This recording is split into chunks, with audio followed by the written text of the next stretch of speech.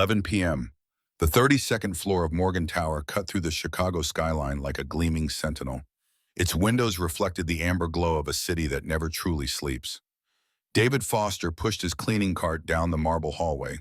The soft squeak of its wheels was the only sound breaking the oppressive silence. The polished brass fixtures and modern art pieces lining the walls cost more than his entire year's salary. Reminders of a world he serviced but could never truly join. 3 years on the night shift had made him invisible to the executives who commanded these corridors during daylight hours. 3 years of emptying trash cans filled with discarded reports and wiping fingerprints from glass doors that separated decision makers from those affected by their decisions. David had come to know the rhythm of the empty building, the particular way shadows formed across the conference rooms at night, the subtle differences in temperature between the east and west wings. He paused outside conference room C, his weathered hand frozen mid-reach for the door handle. Through the frosted glass, a silhouette hunched over the long mahogany table. Not the usual cleaning crew or security guard, but the distinctive posture of Claire Westfield, CEO of Westfield Pharmaceuticals. The woman whose face graced the cover of Forbes last month, whose decisions influenced markets across 3 continents, now sat alone and trembling. Her tailored blazer appeared uncharacteristically rumpled, one manicured hand pressed desperately against her temple. Even through the translucent glass, David could see her breathing coming in sharp, panicked gasps. Her left eye twitched once, twice, and David's chest tightened with dread. Those symptoms, he'd seen them before. Stroke imminent, fatal. The door swung open under David's hand with barely a whisper. Claire's head jerked up at the intrusion, her eyes struggling to focus on his face. When she opened her mouth to speak, the words emerged thick and garbled. "I'm fine, just tired." But her left hand lay motionless against the polished wood, completely unresponsive when she attempted to lift it. Terror flashed across her features as the reality struck her. Something was desperately, catastrophically wrong. David already had his phone out, fingers dialing 911 with practiced precision. "Ma'am, you're having a stroke. Try to stay calm. I need you to focus on my voice." His words carried the quiet authority of someone who had witnessed this emergency before, who understood exactly what was happening inside her brain at this moment. Claire's eyes widened in shock, not just at his words, but at the absolute certainty in his tone. No hesitation, no panic, just calm efficiency as he communicated precise medical information to the emergency dispatcher. 54-year-old female displaying classic stroke symptoms. Facial drooping on the left side, left arm weakness, slurred speech. Symptoms presented within the last 5 minutes. "No, she's conscious. Yes, I've positioned her to ensure her airway remains clear." As he spoke, David gently adjusted Claire's posture, checking her pulse with 2 fingers against her wrist, his movements both tender and clinical. "You're going to be okay. The most important thing is we caught this early. Time is brain. That's what my wife always said." The ambulance screamed through downtown Chicago's empty streets, its red and blue lights painting the corporate district in urgent colors.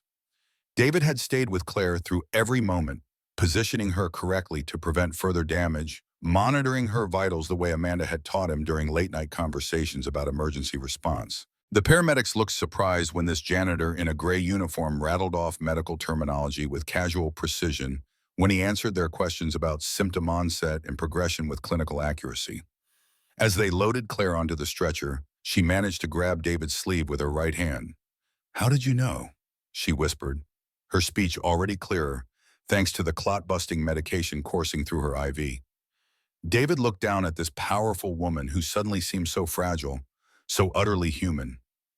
"My wife was a stroke specialist," he said simply. "She taught me to never miss the signs."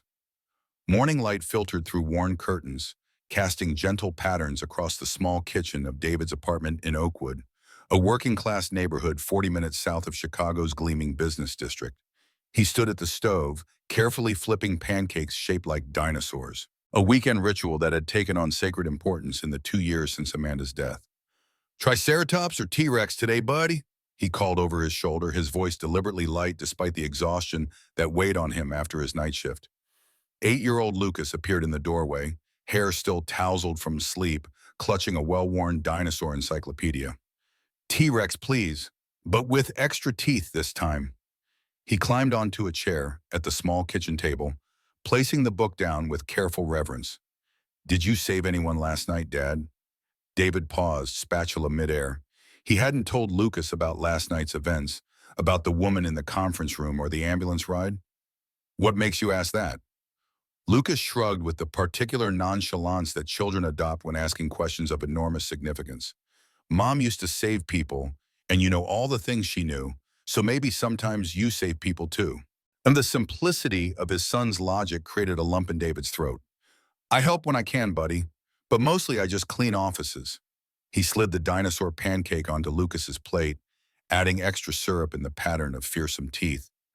Besides, the real hero in this family is you, getting an A on that science project. Lucas beamed with pride, but wasn't so easily distracted. But Mom always said, knowing things about strokes means you can save someone's life. That's why she made you memorize all those symptoms and stuff. David sat down across from his son, his own breakfast forgotten. Amanda had indeed drilled those warning signs into him relentlessly. FAST, face drooping, arm weakness, speech difficulties, time to call the emergency services. She would quiz him randomly during dinner, while driving, even in the middle of movies. What would you do if you saw this? She would ask, mimicking subtle symptoms that most people would miss. Your mom was the real expert, David said softly. She saved hundreds of lives at Chicago Medical. Before she went to heaven in the car accident, Lucas added matter-of-factly, the way children sometimes reference enormous tragedies without fully grasping their weight. That's right. David reached across the table and squeezed his son's hand. 2 years had passed since that rainy night when Amanda, driving home after a double shift at the hospital, had encountered a drunk driver crossing the median. 2 years of single fatherhood, of night shifts that paid better but meant sleeping while Lucas was at school and working while he slept. 2 years of trying to keep Amanda's memory alive without drowning in grief. The kitchen counter behind them was cluttered with bills, medical expenses from Lucas's recent bout with pneumonia, the notice of a property tax increase, the final warning from the electric company. David had been stretching every dollar, picking up extra shifts when possible, but it never seemed enough. The refrigerator held a calendar marked with important dates, Lucas's school events in green, bill due dates in red, doctor appointments in blue, a color-coded map of their precarious existence. Can we go to the park today? Lucas asked, expertly navigating around the syrupy carnage on his plate. I want to try out my new dinosaur facts on the ducks. David smiled despite his exhaustion. Their weekend time together was sacred, the only full days they had with each other. Absolutely. Ducks need to be educated about the Jurassic period. It's our civic duty. The apartment was small but tidy. 2 bedrooms in a dated building decorated with Lucas's artwork and framed photos of Amanda. On the living room wall hung her framed medical degree from Northwestern University, alongside a photo of her in scrubs, smiling broadly on her first day as a stroke specialist. David had kept everything, unable to remove any trace of the woman who had filled their lives with purpose and passion. In their bedroom, tucked away in a file box, were Amanda's medical journals, her handwritten notes on patients and treatments, articles she had published in medical journals. Sometimes late at night when sleep eluded him, David would read them, trying to understand the complex terminology, keeping her voice alive in his head through her precise, compassionate observations about stroke patients and recovery protocols. As Lucas disappeared to get dressed, David quickly sorted through the mail he'd been too tired to open the night before. Another hospital bill, a school fundraising notice, and an official-looking envelope from their landlord that made his stomach clench. Inside was a formal notification.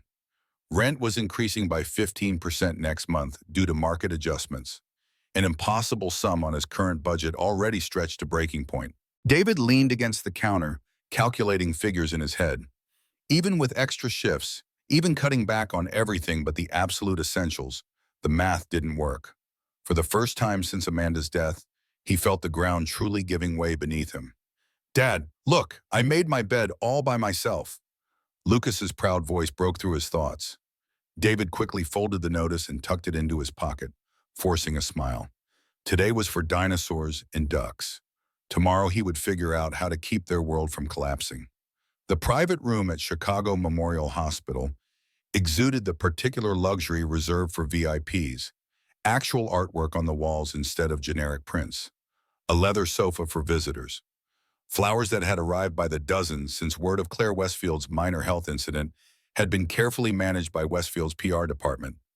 Claire sat up in bed, her hospital gown incongruous against her usual image of power and control. Her dark hair, usually styled in a perfect bob, fell loose around her shoulders, making her appear younger, more vulnerable. The monitors beside her bed beeped with reassuring regularity, their digital readouts confirming what the doctors had already told her. She had survived with minimal damage thanks to extraordinarily prompt treatment. Dr. James Turner, her personal physician for the last 5 years, stood at the foot of her bed reviewing her chart with the particular frown he reserved for situations that displeased him. "You were extraordinarily lucky, Claire. If that janitor hadn't found you when he did—" "His name is David Foster," Claire interrupted, her voice stronger than it had been the night before. "And he didn't just find me, he recognized specific stroke symptoms that you missed during my physical last month." Dr. Turner's frown deepened. "I diagnosed you with executive stress and migraines, which was entirely reasonable given your position and workload. The medications you prescribed did nothing for the numbness in my left hand or the occasional vision changes I reported," Claire finished for him, symptoms that David immediately identified as stroke precursors. "With all due respect, Claire, the man is a janitor, not a medical professional. It was a lucky guess. His wife was a stroke specialist at this very hospital. He had enough medical knowledge to communicate precise information to emergency services and possibly save my life. I'd hardly call that a lucky guess." The door opened and Richard Blackwood entered with the practiced concern of a man who had spent decades perfecting his professional demeanor.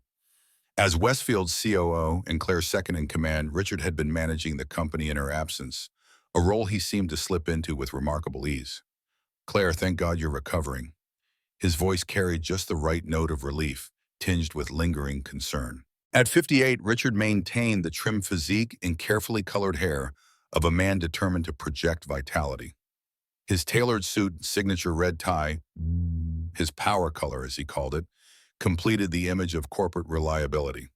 "The board sends their best wishes, of course. I've temporarily postponed the Nova project presentation until you're back on your feet." Claire's eyes narrowed slightly. The Nova project was her initiative, a revolutionary approach to stroke prevention medication that would position Westfield at the forefront of neuropharmaceutical research. "Postponed. The FDA submission timeline is critical, Richard." "Just a minor delay," Richard assured her smoothly.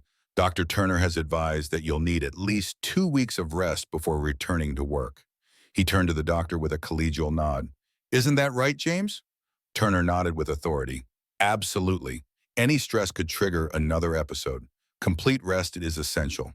Claire felt a flicker of suspicion. In 15 years of working together, Richard had never voluntarily delayed a project, especially one as potentially lucrative as Nova. His ambition was legendary within the company, his desire to eventually occupy the CEO position an open secret. 2 weeks is excessive," she said firmly. "I'll take the weekend to recover and be back in the office Monday." "Always the fighter," Richard smiled, though it didn't quite reach his eyes. "That's why Westfield needs you. But health comes first. Your father would have insisted on it." The mention of her father, Westfield's founder and the architect of its rise from small research lab to pharmaceutical giant, was deliberately placed. William Westfield Sr. had built the company on the promise of integrity in medical research, a legacy Claire had fought to maintain against increasing pressure for faster profits and reduced testing periods. "My father would have expected me to fulfill my commitments," Claire replied evenly. "The Nova project timeline stands." Richard's smile tightened almost imperceptibly. "Of course, we'll discuss the details when you are discharged." He checked his watch, the Patek Philippe that had been his reward to himself when he became COO. "I should get back to the office. The Richardson investors are waiting for updates on the Southeast Asian expansion." After Richard and Dr. Turner departed, Claire leaned back against her pillows, suddenly exhausted by the brief power play. The symptoms had begun 6 months ago. Occasional numbness in her left hand, brief episodes of slurred speech that she had attributed to exhaustion, headaches that seemed to affect her vision. Dr. Turner had dismissed her concerns, prescribing sleep aids and suggesting she consider a vacation. Now she wondered if she had missed something more significant, not just about her health, but about the carefully balanced power structure she had maintained at Westfield. Richard's eagerness to take control, even temporarily, felt predatory rather than supportive. Her thoughts were interrupted by a light knock at the door. The hospital's administrative director entered, clipboard in hand, her professional smile firmly in place. "Ms. Westfield, I hope you're feeling better. I wanted to personally check on your comfort and see if there's anything we can provide." Claire recognized the particular deference reserved for patients whose insurance coverage or personal wealth guaranteed the hospital's VIP treatment. "Thank you, I'm comfortable, but I would like some information about a hospital employee or former employee, a stroke specialist named Foster." "Amanda Foster." The administrator's smile faltered slightly. "I'd be happy to check our records. May I ask why you're inquiring?" "Her husband may have saved my life last night. I'd like to know more about her work here." "Of course. I'll see what information I can provide within our confidentiality guidelines." The administrator made a note on her clipboard. "Is there anything else I can assist you with?" Claire considered for a moment. "Yes, I'd like the contact information for David Foster, and please ensure that my gratitude is appropriately expressed through whatever channels are appropriate." After the administrator left, Claire reached for her personal phone. Not the company device that Richard and the board could monitor, but her private line. She opened her banking app and transferred a significant sum to her personal foundation account. Whatever gesture of gratitude the hospital might arrange would be insufficient for the man who had recognized what her highly paid physician had missed. She began researching stroke symptoms on her phone, cross-referencing medical journals against her own experience over the past months. The more she read, the more convinced she became that her condition had been developing for some time and should have been caught much earlier by Dr. Turner. A new notification appeared on her screen, an email from Richard to the board, blind copied to several recipients, but accidentally including her personal email. The subject line read, "Contingency Leadership Plan, Confidential Discussion." Claire stared at the notification, her heart rate increasing enough to trigger a small alert from her monitoring equipment. Richard hadn't waited even 24 hours before beginning discussions about her potential replacement. The timing went beyond opportunistic. It felt calculated, almost as though he had been waiting for this moment. For the first time, a troubling question formed in her mind. What if her stroke hadn't been an unfortunate medical event, but something more deliberate? The following Tuesday morning found David at his kitchen table, surrounded by rental listings from neighborhoods progressively farther from Chicago Center. Each option represented a difficult trade-off. Longer commutes versus lower rent, older buildings with maintenance issues versus newer construction with higher costs. None offered a solution that would allow them to maintain Lucas's current school enrollment or their proximity to the community center where Lucas attended after-school programs. A soft knock at the door startled him.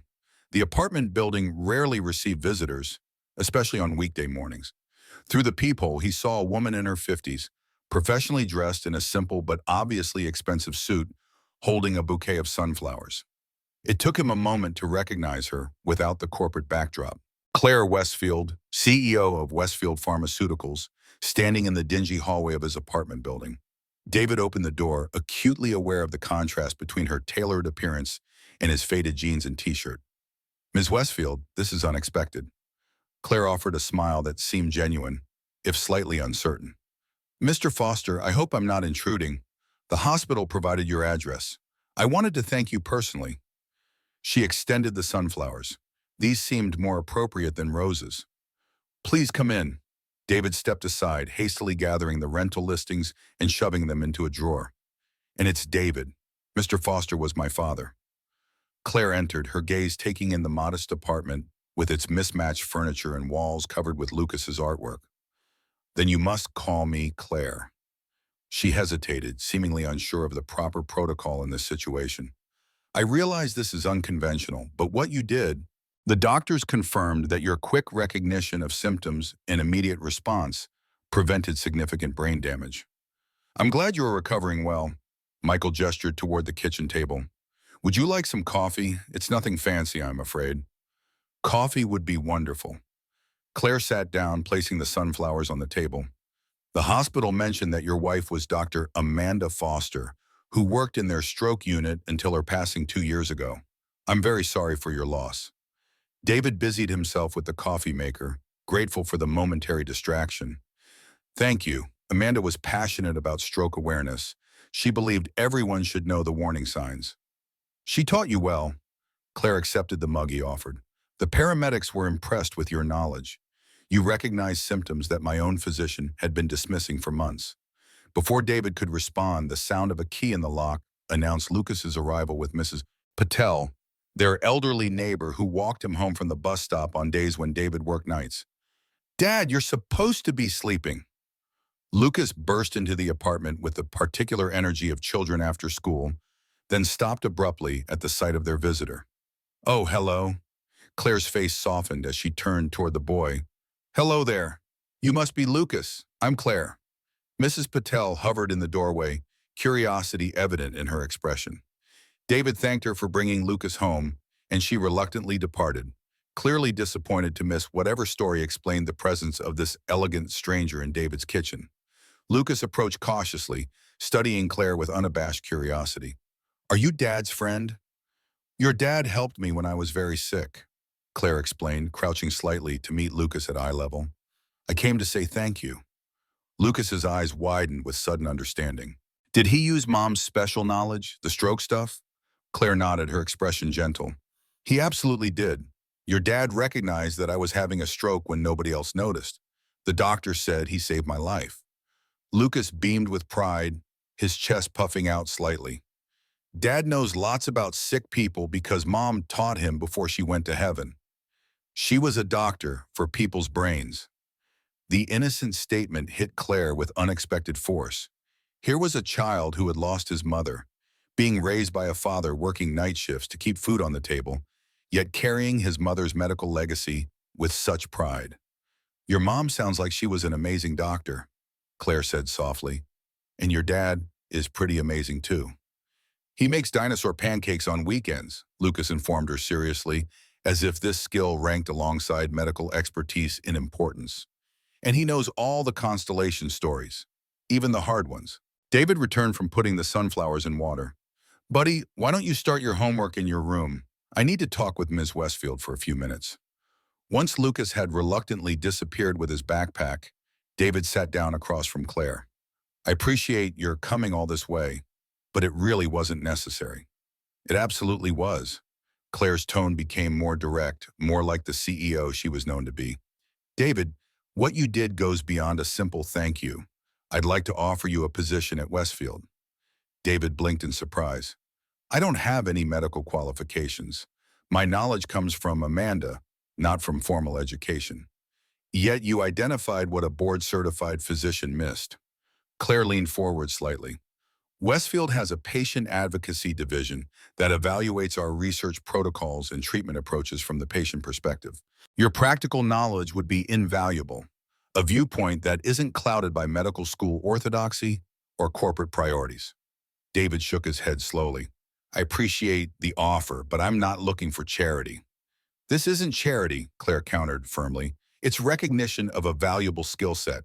The position pays significantly better than night janitorial work, with regular daytime hours that would allow you more time with Lucas. The mention of Lucas made David pause. Regular hours would mean being home in the evenings, helping with homework, having dinner together every night instead of just weekends.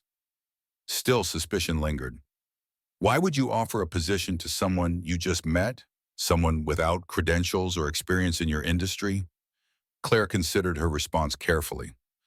Westfield was founded by my father to develop treatments that genuinely improve patients' lives, not just shareholders' portfolios. Recently, I've been concerned that we're losing that perspective. She gestured toward the apartment. You live in the real world, David. You've experienced healthcare both as the family member of a medical professional and as a regular person navigating the system.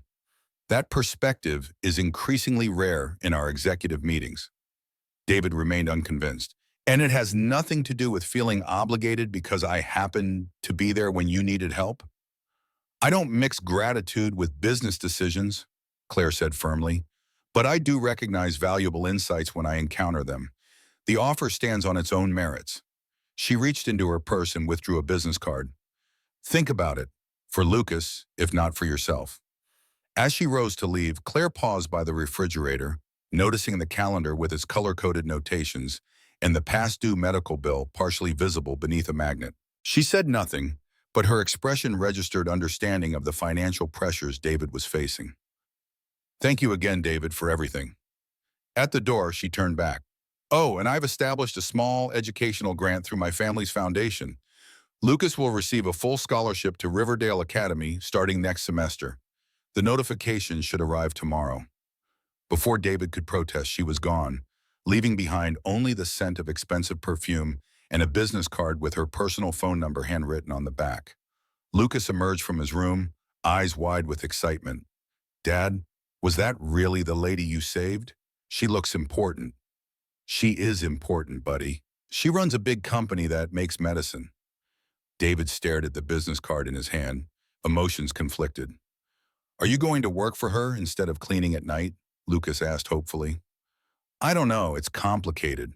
Why, don't you want to help make medicine like Mom did? The innocent question struck directly at David's unspoken dreams. Before meeting Amanda, he had once considered medical school himself, but family circumstances and financial realities had made it impossible. After her death, he had volunteered at a community clinic on weekends, applying what she had taught him to help those who couldn't afford proper medical care. Sometimes helping isn't that simple, Lucas. Later that night, after Lucas was asleep, David sat at the kitchen table with Amanda's medical journal spread before him. He found himself reviewing stroke symptoms, treatment protocols, and preventative measures, knowledge that had become part of him through years of Amanda's passionate teaching. The rental listings lay discarded nearby, a reminder of their precarious financial situation. Lucas's school was sending notes home about the upcoming science camp that cost more than David's weekly paycheck. The refrigerator made concerning noises that suggested expensive repairs loomed. And now this offer from Claire Westfield, an unexpected lifeline that both tempted and troubled him. He picked up his phone and began researching Westfield Pharmaceuticals beyond the basic knowledge he had as a night janitor. The company had started as a small research lab focused on stroke treatment and prevention. Founded by William Westfield Sr. after his wife died from complications following a stroke. Under his leadership, Westfield had developed several groundbreaking treatments while maintaining an unusual commitment to ethical research practices. Since Claire took over following her father's retirement, the company had expanded into broader neurological research, maintaining its reputation for integrity despite industry pressure for faster development cycles and higher profit margins. However, recent financial reports showed increasing tension between research investments and shareholder expectations, tensions that coincided with Richard Blackwood's promotion to COO. David's search led him to a photo from a medical conference 3 years earlier. In the background, barely visible among a group of researchers, was Amanda. She had never mentioned working with Westfield, but the conference had focused on experimental stroke prevention treatments, exactly her specialty. The coincidence troubled him. Was there some connection between Amanda and Westfield that he didn't know about? Or was this simply the natural overlap in a specialized medical field? His phone rang, startling him in the quiet apartment. The hospital administrator calling well outside business hours. Mr. Foster, I'm sorry to disturb you so late. This is Diane Miller from Chicago Memorial. You asked about your wife's research records last year, and I'm afraid I misled you. There were additional files that were restricted. David sat up straighter. Restricted by whom? I can't discuss that over the phone, but in light of recent events involving Ms. Westfield, I felt you should know. Your wife was consulting on a Westfield pharmaceutical trial before her accident. The records were sealed under a corporate confidentiality agreement, but as her next of kin, you have legal rights to access them. Why are you telling me this now? David asked, suspicion growing. Because someone else was asking about these same records today. Someone from Westfield's executive team. Another pause. And they were specifically interested in any connection between Dr. Foster and Ms. Westfield's current condition. After hanging up, David stared at the business card Claire had left. The job offer, the scholarship for Lucas, the sudden interest in Amanda's research. None of it felt like simple gratitude for a good deed. Something larger was at play, something that connected Amanda's work, Claire's stroke, in Westfield Pharmaceuticals.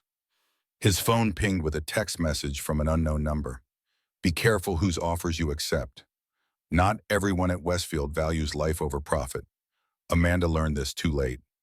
David felt a chill run through him as he looked at the photo of his late wife on the wall, her smile confident and determined in her hospital scrubs. What had Amanda discovered, and what did it have to do with Claire Westfield's stroke?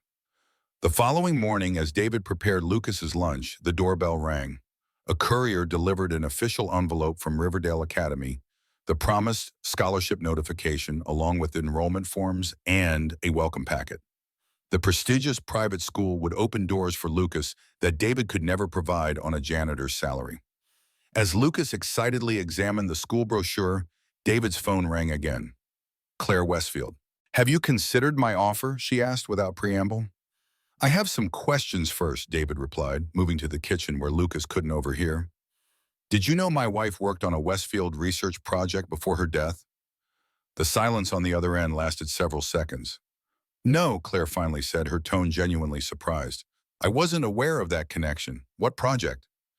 That's what I'm trying to find out. Apparently her records were sealed under a corporate confidentiality agreement. Another pause. David, I need to see you today, not at Westfield, somewhere private.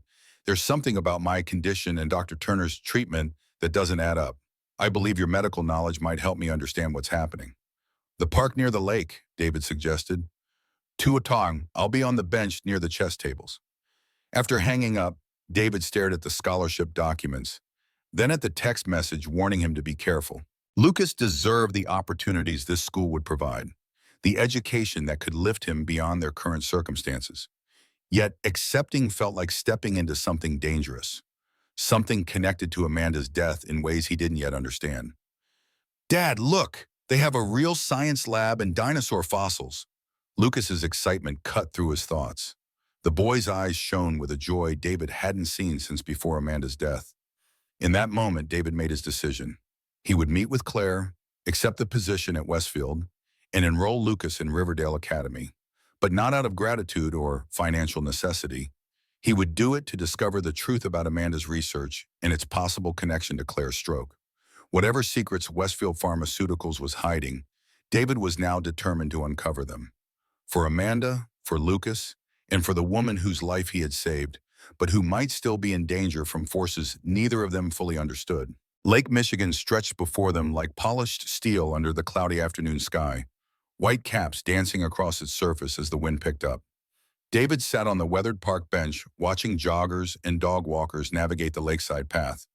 The chess tables nearby stood empty except for one elderly pair locked in silent combat over weathered pieces. He spotted Claire approaching from the north entrance, her elegant figure incongruous against the casual weekend park crowd. She had exchanged her corporate armor for dark jeans and a simple blue cashmere sweater. But even in casual clothes, she carried herself with the unmistakable confidence of someone accustomed to authority. Her dark hair blew across her face in the lake wind, and she pushed it back with a gesture that seemed uncharacteristically vulnerable. Thank you for meeting me, she said, sitting beside him on the bench, a careful distance between them. I couldn't risk being overheard at Westfield. David nodded, his expression guarded. You mentioned concerns about your treatment. What exactly do you suspect? Claire rewinded into her shoulder bag and withdrew a manila folder. These are my medical records from the past 6 months, the official version Dr. Turner maintains. She handed him the folder. The hospital ran comprehensive tests after my stroke. The results showed discrepancies with Turner's previous reports. David opened the folder, scanning the documents with practiced ease, a skill developed through years of reviewing Amanda's medical papers. The discrepancies were immediately apparent to his trained eye. Blood pressure readings artificially lowered, cholesterol levels adjusted downward, concerning markers in blood work minimized or omitted entirely. These aren't mistakes, David said quietly. This is deliberate manipulation of medical data. Your stroke risk was visible in tests from months ago, but the reports were altered to show normal results. Claire's face remained composed, but her knuckles whitened as she gripped the edge of the bench. Someone wanted me to believe I was healthy when I wasn't. The question is why and how this connects to Amanda. The text message I received specifically mentioned her discovering something about Westfield's practices. A jogger passed close to their bench, and both fell silent until he was out of earshot. The chess players nearby reset their board for another game, oblivious to the conspiracy being unraveled mere yards away. "I need access to your wife's sealed research," Claire said finally. "If she found something problematic in a Westfield trial, I need to know what it was. Even if it implicates your company, your leadership," David pressed. Claire met his gaze directly. "Especially then. My father built Westfield on ethical research principles. If that's been compromised, I need to know." David studied her face, searching for deception, but finding only determination mingled with fear. "I've requested Amanda's files from the hospital. They should be released to me by tomorrow." He paused. "In the meantime, I've decided to accept your job offer." Surprise flickered across Claire's features. "What changed your mind?" "Lucas," David answered simply. "He deserves the opportunities that Riverdale can provide. And if working at Westfield helps me understand what happened to Amanda, that's something I need to pursue." Claire nodded slowly. "I'll have HR prepare your paperwork. You'll start Monday as a patient advocacy consultant." She hesitated, then added, "Richard doesn't know about this appointment yet. I'd prefer to keep it that way until you're established." "You suspect him?" "I suspect everyone right now." Claire's gaze drifted to the turbulent lake. "Richard has always wanted my position, but attempting to harm me medically seems extreme, even for him. Turner has been my physician for years. The idea that he would deliberately endanger my health is difficult to accept." "Difficult, but not impossible," David pointed out. "The evidence in these records is clear." They sat in silence for a moment, the weight of conspiracy settling around them like the gathering storm clouds overhead. A distant rumble of thunder punctuated the gravity of their situation. "There's something else you should know," Claire said finally. "The Nova Project, our major stroke prevention drug currently in final development, was initially researched by the team your wife consulted with. If there were problems with the research, if data was manipulated," David felt his chest tighten, "millions of people could be at risk. And billions in potential profit would be lost," Claire added grimly, "the kind of profit that might motivate desperate actions." Monday morning found David navigating the gleaming lobby of Westfield Tower, visitor badge clipped to his shirt collar, feeling acutely out of place among the tailored suits and confident strides of corporate professionals. The receptionist directed him to the HR department on the 12th floor, where an efficiency-minded woman named Megan Reynolds processed his paperwork with brisk professionalism. "Patient advocacy consultant," she read from his file, eyebrows rising slightly. "Interesting position. We don't usually hire without advanced degrees in this department." "I have practical experience," David replied neutrally, signing where indicated. "Must be quite impressive practical experience to bypass our usual requirements." Megan's tone remained professional, but her curiosity was evident. "Ms. Westfield personally approved your application. I understand her perspective on patient needs." Megan handed him a security badge, employee handbook, and company ID. "I would normally conduct your orientation, but I'm in meetings all morning. Your department head will show you around instead." The elevator ride to the 28th floor, the executive level, heightened David's sense of displacement. His reflection in the polished doors showed a man clearly not born to this environment. His department store suit a poor match for the bespoke attire he'd observed in the lobby. His haircut serviceable rather than stylish. His posture that of someone accustomed to physical rather than intellectual labor. The doors opened to reveal a reception area designed to impress. Marble floors, abstract art installations, and floor-to-ceiling windows showcasing Chicago's skyline. A young assistant greeted him with practiced warmth. "Mr. Foster, Dr. Kim is expecting you. This way, please." He was led through glass doors into a conference room where a woman in her early 60s sat reviewing documents. Sophia Kim looked up as he entered, her sharp eyes assessing him through stylish red-framed glasses. Despite her age, her salt and pepper hair was cut in a modern, angular style that suggested someone comfortable balancing tradition with innovation. "David Foster, welcome to Patient Advocacy." She extended her hand, her grip firm and confident. Claire has told me about your unique qualifications. Thank you for the opportunity, Dr. Kim. Sophia, please. We're informal within the department, though the rest of Westfield runs on hierarchy and titles. She gestured for him to sit. I understand you have medical knowledge from your late wife, but no formal training. That's correct. Amanda was thorough in her teaching, but I'm not pretending to be a doctor. Sophia nodded approvingly. Good, because what we need isn't another doctor. We have plenty of those who can't see beyond their medical school training. We need someone who understands how treatments affect real people, how medical jargon confuses patients, how side effects impact daily life. She slid a tablet across the table. Here's your first assignment. Westfield's developing a new stroke prevention medication, the NOVA project. Phase 3 trials are nearly complete. FDA submission scheduled for next quarter. I want you to review the patient experience documentation. David took the tablet, trying to maintain a neutral expression despite the surge of anticipation. The very project potentially connected to Amanda's research had just been handed to him on his first day. What exactly am I looking for? Discrepancies, places where the clinical data doesn't match patient reports, areas where medical terminology might obscure patient experiences. Sophia leaned forward slightly. Your outsider perspective is valuable precisely because you haven't been indoctrinated into pharmaceutical thinking. David scrolled through the document, immediately recognizing the format from Amanda's work. How long do I have? Initial assessment by Wednesday. We'll meet with the research team Thursday to discuss your findings. Sophia stood, signaling the end of their meeting. Your office is down the hall. It has set up your systems with appropriate access. If you need additional clearance for any files, let me know.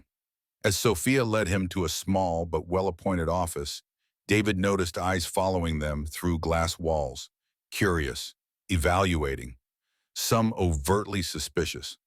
The world of corporate pharmaceuticals was clearly not accustomed to new hires in jeans and department store blazers.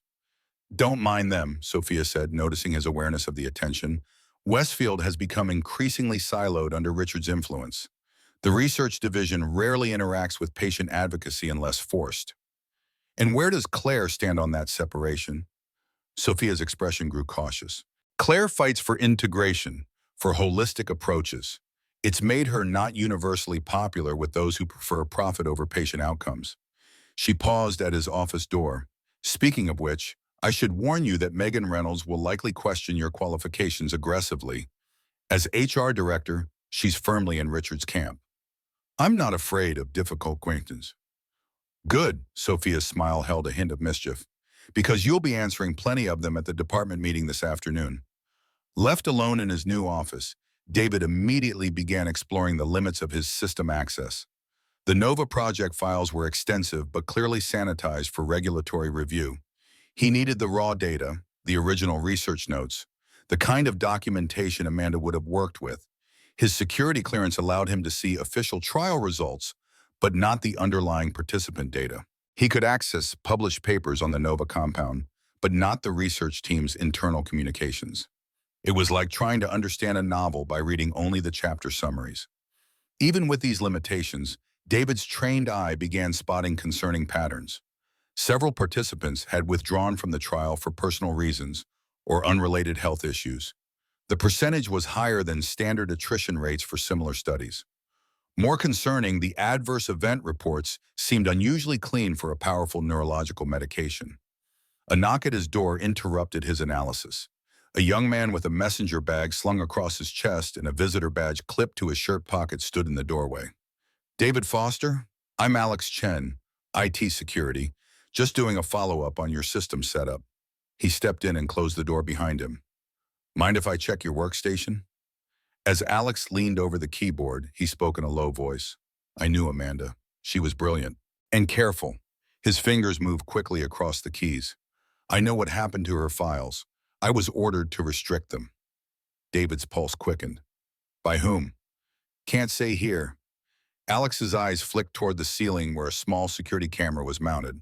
But I can give you this. He plugged a small flash drive into the computer, his body blocking the action from the camera's view. Temporary credentials, higher clearance, use them tonight, after hours, from home.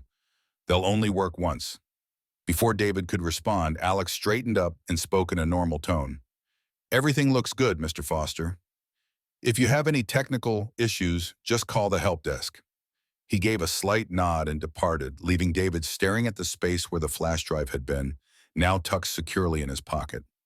The afternoon department meeting was exactly as Sophia had warned. Megan Reynolds dominated the discussion with pointed questions about David's qualifications and the irregular hiring process that had bypassed normal channels. Patient advocacy typically requires advanced degrees in medicine, psychology, or public health, Megan noted, her tone professionally civil, but underlaid with challenge. Mr. Foster has none of these qualifications. Mr. Foster brings practical experience and a unique perspective, Sophia countered smoothly. Claire specifically requested his expertise for the NOVA project review. Megan's perfectly manicured nails tapped against the conference table. Without questioning Ms. Westfield's judgment, I feel obligated to point out that hiring decisions made during medical recovery might warrant additional review. The implication that Claire's stroke had impaired her decision-making hung in the air like a toxic cloud. "I assure you, Ms. Reynolds, my cognitive functions are fully intact." Claire's voice came from the doorway where she stood observing the meeting.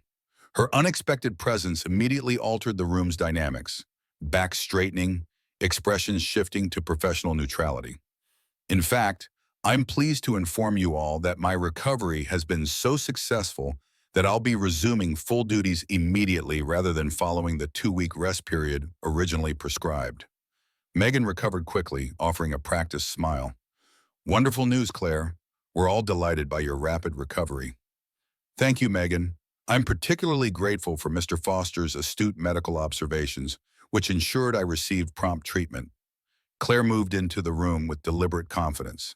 "His understanding of patient experiences is precisely why I've asked him to review the NOVA project from a practical implementation perspective." A ripple of surprise moved through the department heads at the table. The NOVA project was Westfield's most significant current investment, its success critical to the company's future growth. "That's quite a responsibility for someone so new to Westfield," Megan observed carefully. "Fresh eyes often see what familiar ones miss," Claire replied. "David will present his initial findings at Thursday's board meeting alongside the research team." After the meeting adjourned, Megan approached David in the hallway, her professional smile firmly in place. "Mr. Foster, I hope you didn't misinterpret my concerns during the meeting. It's simply my responsibility to ensure proper protocols are followed." "Of course, just doing your job." Megan lowered her voice slightly. "A word of advice.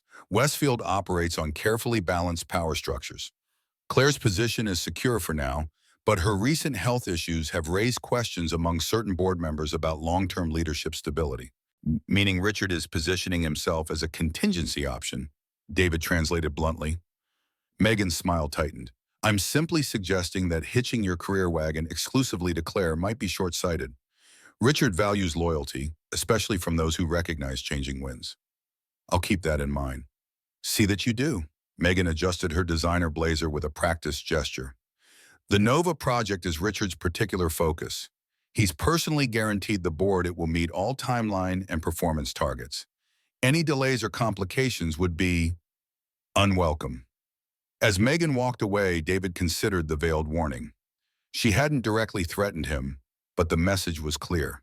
Questioning the NOVA project meant challenging Richard, with potential consequences to his new position and possibly more. That evening, after putting Lucas to bed with excited stories about his first day at a medicine company, David sat at his laptop and inserted Alex's flash drive. The temporary credentials gave him access to a secure server containing archived research data, including files labeled NOVA Project, Initial Patient Outcomes, Restricted. As he sifted through the documents, a disturbing pattern emerged. Early trial participants had experienced a range of neurological events that were systematically reclassified in later documentation. Symptoms identical to mild strokes had been labeled as stress responses or migraine equivalents, exactly how Dr. Turner had classified Claire's early symptoms. Most concerning was a file labeled Subject 37, Complete Withdrawal. This participant had experienced a severe neurological event during the 3rd month of treatment. The medical details matched stroke symptoms precisely, but had been officially recorded as unrelated to study medication. David's stomach tightened when he saw the attending physician's signature on the report. Dr. James Turner. There was no way to identify subject 37 from the anonymized data, but a notation indicated this participant had received a special compensation package requiring executive approval. A payoff to keep quiet about side effects possibly. As David continued searching, he found 7 similar cases, all with neurological events, all reclassified as unrelated to Nova, all receiving special compensation, all evaluated by Dr. Turner. His phone buzzed with a text from Claire. Hospital released Amanda's files. Meeting tomorrow, 7 a.m., coffee shop 2 blocks south of Westfield. David replied with a simple, "I'll be there," before returning to his investigation. He was so absorbed in the files that he almost missed the system alert. Remote monitoring activated, screen sharing enabled. Someone was watching his computer activity. He quickly closed the files and removed the flash drive, his heart pounding. The monitoring notification disappeared as suddenly as it had appeared. David shut down his computer and sat in the darkened living room, unsettled by the knowledge that his first day of investigation had already triggered surveillance. His phone buzzed again. Unknown number. Be careful, they're watching. Meeting tomorrow, not safe. But who was they? And who was warning him? The original texter about Amanda? Alex from someone else entirely? He had no way to warn Claire without potentially exposing their plans. He would have to proceed cautiously to the meeting, watching for signs of surveillance or threat. Sleep evaded him that night as he replayed the day's discoveries. Amanda had been investigating the same issues he'd just uncovered. She had seen the pattern of misclassified stroke symptoms in Nova trial participants. She had documented Turner's involvement in concealing these effects. And 2 weeks after she began compiling this evidence, she died in a car accident. The coffee shop was busy with morning commuters when David arrived at 6:45 a.m. He ordered a coffee and took a seat with a clear view of both entrances, scanning the crowd for anyone paying unusual attention to him. Claire arrived at 7:05, wrapped in a camel coat against the autumn chill, her CEO confidence slightly diminished by the way she checked over her shoulder before entering. She spotted David and joined him, setting a thick manila envelope on the table. "Amanda's hospital files," she said without preamble. "I haven't opened them. They're for you to review first." David nodded, grateful for the respect shown to his wife's work. "I need to tell you something first. I accessed restricted Nova data last night. Someone at Westfield was monitoring my computer activity." Claire's expression hardened. "That shouldn't be possible without executive authorization." "Exactly. Either Richard or someone with his level of access is watching my research." "What did you find before they detected you?" David leaned forward, keeping his voice low. 7 cases of trial participants experiencing stroke-like symptoms that were systematically reclassified as unrelated to Nova, all evaluated by Dr. Turner, all given special compensation packages that required executive approval. Claire paled slightly. "The same Dr. Turner who missed my symptoms." "Yes, and there's more. I found a notation about subject 37, a participant who experienced a severe neurological event similar to what happened to you. They were removed from the trial completely, with all records sequestered under a special confidentiality agreement." "We need to find this person," Claire said firmly. "The data was anonymized, but there might be a way." David tapped the envelope. "Let's see what Amanda discovered." He opened the envelope reverently, spreading Amanda's research notes on the table. Her familiar handwriting brought a tightness to his throat. Neat, precise notations in blue ink, with red underlines highlighting concerning findings. Amanda had been conducting an independent review of the Nova trials as a consulting physician. Her notes detailed the same pattern David had discovered, neurological events being systematically misclassified. But she had gone further, tracking individual participants through anonymized codes to establish a pattern of similar symptoms. Most significantly, she had documented multiple cases where Dr. Turner had changed his medical assessment after consultation with project leadership, transforming clear stroke symptoms into unrelated conditions. The final pages contained a draft letter to the FDA expressing concerns about data manipulation and patient safety. It was dated 3 days before her death. She was going to report them, David said quietly, a cold weight settling in his chest. She was preparing a formal FDA complaint about Nova. Claire studied the documents, her expression grave. If this report had been filed, the Nova project would have been suspended pending investigation. Westfield would have faced severe penalties for manipulating trial data. And billions in research, investment, and future profits would have evaporated, David finished. Someone had a powerful motive to prevent that report from reaching the FDA. Claire met his eyes, the implication hanging between them. David, I need to ask, are you sure Amanda's accident was thoroughly investigated? The question struck like a physical blow, voicing the suspicion that had grown in his mind since discovering her connection to Westfield. The police report called it a straightforward DUI collision. The other driver was killed too. I never questioned it. Perhaps we should, Claire said gently, especially now. David nodded, his mind racing with the implications. If Amanda's death wasn't an accident, if someone at Westfield had arranged it to silence her, then he and Claire were now pursuing the same dangerous path. His phone buzzed, a text from Lucas's school. Please call immediately regarding Lucas Foster. Fear gripped David's heart. He dialed with shaking fingers. Mr. Foster, this is Principal Harding from Oakwood Elementary. Lucas became ill during morning assembly. He's in the nurse's office with a high fever and headache. We need you to pick him up immediately. David looked at Claire, panic evident in his expression. It's Lucas. He's sick. I need to go. Of course, Claire said immediately. Family comes first. Let me drive you. They gathered Amanda's files and hurried to Claire's car. As they pulled away from the coffee shop, David noticed a black sedan that had been parked across the street, now following at a discreet distance.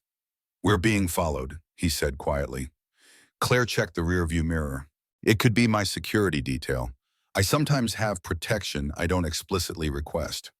But her tone suggested she wasn't convinced. At the school, David rushed to the nurse's office, finding Lucas curled on a cot, face flushed with fever. Hey, buddy, he said softly, placing a hand on his son's forehead. Not feeling so great, huh? Lucas's eyes fluttered open. Dad, my head really hurts. His voice was weak, frightening David with its vulnerability. The school nurse provided standard fever care instructions, suggesting David follow up with their pediatrician if symptoms worsened.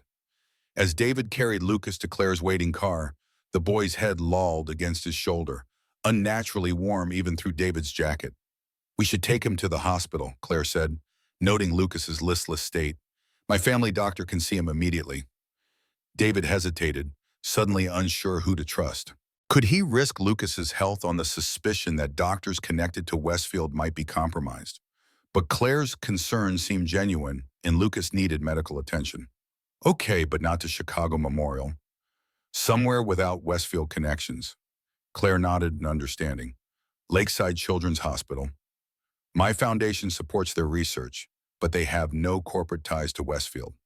At Lakeside, Lucas was examined immediately, blood drawn for testing, and fever medication administered. As they waited for results, Claire stepped away to make calls, ensuring David's absence from work was noted as a family emergency. The pediatrician returned with a concerned expression. Mr. Foster, Lucas has an unusual inflammatory response we're still trying to identify. Has he been exposed to any new medications or chemicals recently? David shook his head, but a cold suspicion formed. Could it be related to neurological inflammation, similar to what might happen with stroke-like symptoms? The doctor looked surprised at this specific question. Actually, yes. Some of his markers suggest a reaction we sometimes see with certain classes of neurological medications. Has he been taking anything like that? No, nothing. David's mind raced. Lucas had started at a new school, eaten cafeteria food for the first time, used the water fountains. Any of those could have been vectors if someone wanted to send a message, or worse. The doctor frowned. We'd like to keep him overnight for observation and further testing. His condition isn't critical, but these symptoms warrant careful monitoring. As the doctor left, Claire returned, her face tense. David, Alex Chen from I was just escorted from the building by security. Apparently he's been accused of data theft. The same Alex who had given David access to the restricted files, who had known Amanda. This isn't coincidence, David said quietly, looking at his son's sleeping form. They're sending a message. They know what we're investigating, and they're showing how far they'll go. Claire's face hardened with determination. Then it's time to stop being careful and start being aggressive. I'm calling William Bennett, Westfield's general counsel and the only other executive I trust completely. We need to secure Amanda's evidence and find Subject 37 before Richard realizes what we know. David looked from Lucas to Claire, torn between staying with his son and pursuing the truth that might now be endangering him. I can't leave Lucas alone, not now. You don't have to, Claire assured him. I'll have private security posted here, people who work for my family foundation, not Westfield. William can begin the legal process of protecting Amanda's research as evidence. She placed a hand on David's arm, her touch conveying determination and support. Whoever did this, whoever hurt Amanda, endangered me and now threatens Lucas, they've underestimated who they're dealing with. The Westfield name still carries weight in this city, and I will use every ounce of that influence to protect your son and expose the truth. For the first time since this began, David felt the balance of power shifting. In Claire, he had found not just an ally, but a formidable defender with resources and determination to match his own. Together, they might stand a chance against whoever was willing to threaten a child to protect their secrets. Find Subject 37, he said firmly. I'll stay with Lucas and go through the rest of Amanda's files. Between us, we'll uncover what they're trying so desperately to hide. As Claire departed on her mission, David settled into the chair beside Lucas's hospital bed. Amanda's research spread across his lap, more determined than ever to finish what his wife had started. Not just for justice, but for his son's safety. The game had changed. The stakes were no longer theoretical. Whoever had silenced Amanda was now threatening Lucas, and that was something David would not allow to continue. Whatever secrets Westfield was hiding, he would expose them, no matter the cost. Night fell over Lakeside Children's Hospital, casting long shadows across Lucas's room. The heart rate monitor beeped in steady rhythm, the only sound breaking the silence.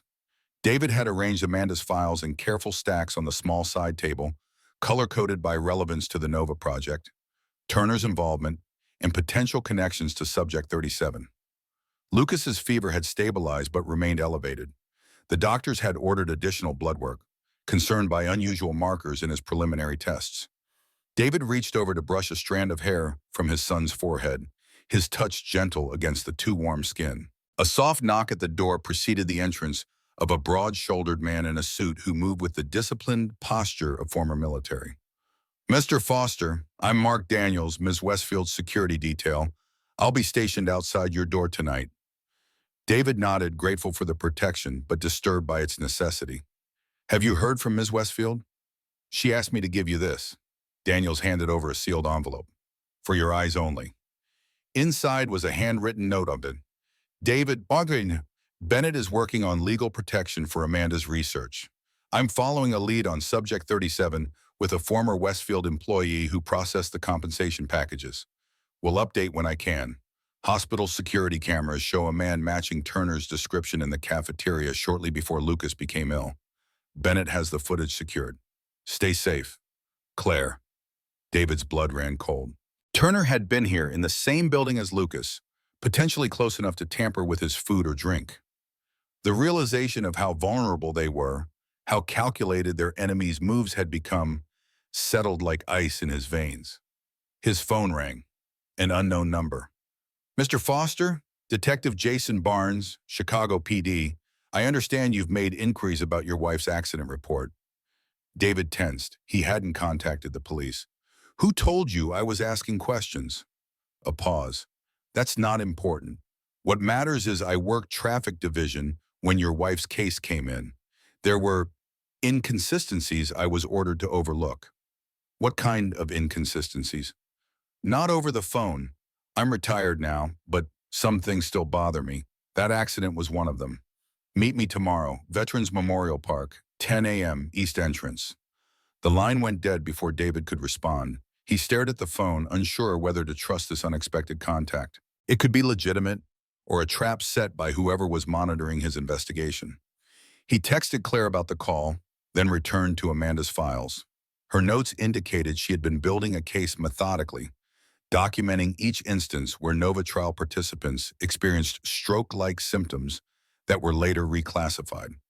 She had created a timeline of events, noting when Turner became involved in evaluating these cases, when the classifications changed, and when compensation packages were arranged. The most damning evidence was a series of emails she had printed, communication between Turner and someone identified only as R, discussing how to manage concerning patient reactions without compromising project timelines. The language was carefully vague, but the implications were clear. Amanda had been accumulating evidence of deliberate data manipulation, a coordinated effort to conceal Nova's dangerous side effects. And she had been preparing to take this evidence to the FDA just days before her accident. The door opened again, this time admitting a young doctor with kind eyes and a tablet clutched in her hands. "Mr. Foster, I'm Dr. Rivera, the attending pediatrician tonight. We have Lucas's latest test results." David straightened, instantly alert. "Is he all right?" "His condition is stable, but his blood work shows something unusual." She pulled up a chart on her tablet. "He has elevated levels of a compound similar to the active ingredient in several experimental stroke medications. It's not commonly found in children his age." David's suspicions crystallized into certainty. Could this compound be introduced through food or drink? Possibly, yes. It's water-soluble and relatively tasteless. Her expression grew concerned. "Mr. Foster, is there something I should know? These compounds aren't typically available outside clinical settings." David measured his words carefully. "I believe someone may have deliberately exposed my son to this compound. I work for a pharmaceutical company developing stroke medication." De Rivera's professional demeanor gave way to alarm. That's extremely serious. I should contact hospital security and the police." "There's already security outside the door," David assured her. "But yes, please document everything thoroughly. We may need it as evidence." After she left, David sat in the dim light, fury building inside him. They had targeted Lucas, a child, to send a message or create a distraction. The boundary between professional rivalry and criminal malice had been crossed definitively. His phone buzzed with a text from Claire. "Found address for Margaret Wilson, subject 37. Visiting tomorrow morning. Be careful with Barnes, checking his credentials now." David leaned back in the uncomfortable hospital chair, fighting exhaustion. He needed to stay alert, to protect Lucas through the night. But his mind kept returning to Amanda, imagining her making these same connections, documenting these same patterns, never knowing that her diligence would lead to her death. Had she suspected the danger? In her final days, had she sensed that powerful forces were aligning against her? He thought of their last conversation, casual and domestic. Plans for the weekend, a reminder to pick up Lucas's favorite cereal. Nothing to suggest she knew her life was in jeopardy. Morning arrived with watery sunlight filtering through hospital blinds. Lucas's fever had broken overnight, his body successfully fighting whatever had been introduced to his system. He sat up in bed, weak but alert enough to request his dinosaur book. "You scared me, buddy," David said, helping Lucas adjust his pillows. "I got really hot and my head hurt," Lucas replied. "Did I get sick like the lady you helped?" The innocent question struck David like a physical blow. "No, not exactly. But the doctors are taking good care of you, just like I helped take care of Miss Westfield." Lucas nodded solemnly. "Is that why there's a big man outside my door? To help take care of me too?" "Yes, exactly. He's helping us make sure you get better quickly." De Rivera returned with discharge papers and care instructions. "Lucas is responding well to treatment. Whatever caused this reaction is clearing from his system.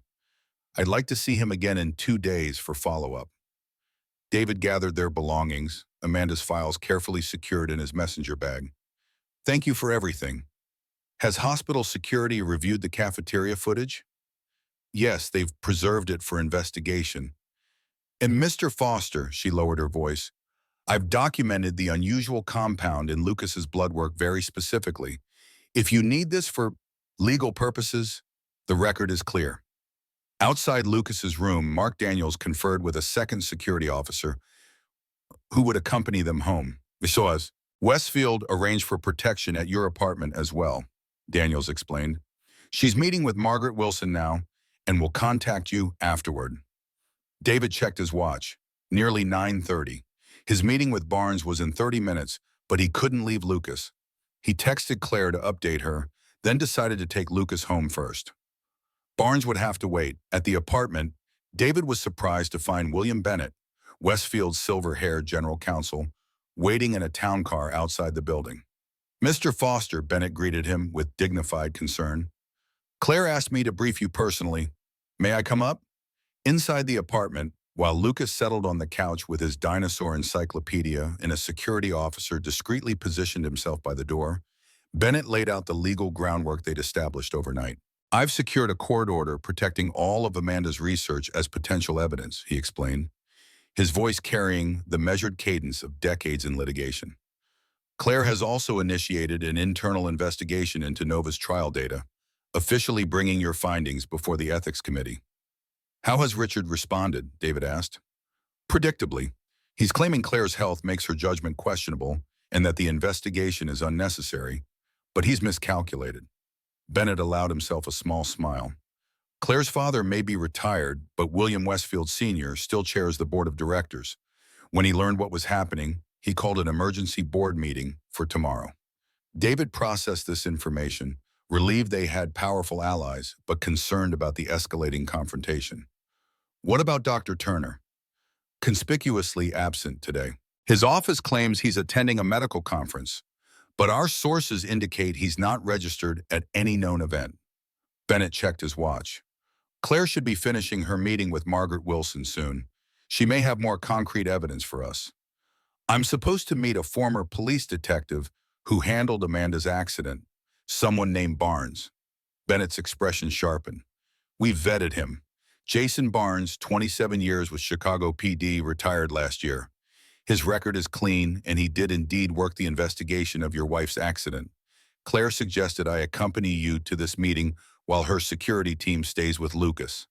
David hesitated, torn between pursuing this lead and staying with his son. "Dad, I'm okay," Lucas said suddenly, looking up from his book. "The dinosaur book says you have to follow the evidence to make discoveries, just like Mom did with her doctor work." The simple wisdom from his 8-year-old son settled the question. "All right, but I won't be gone long, and these officers will stay with you the whole time." The Veterans Memorial Park was quiet on a weekday morning. A few elderly visitors and mothers with strollers enjoying the crisp autumn air. David and Bennett spotted Barnes immediately, a weathered man in his 60s sitting on a bench facing the memorial wall, feeding pigeons from a paper bag. "Mr. Foster."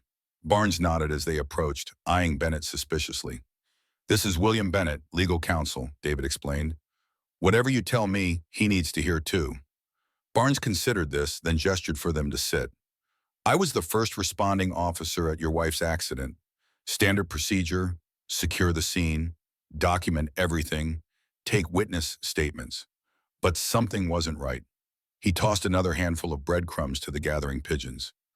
"The skid marks were wrong. The other driver, the supposed drunk, his trajectory didn't make sense.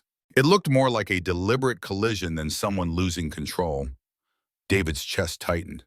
"What do you mean?" "I mean the angle of impact, the lack of evasive action.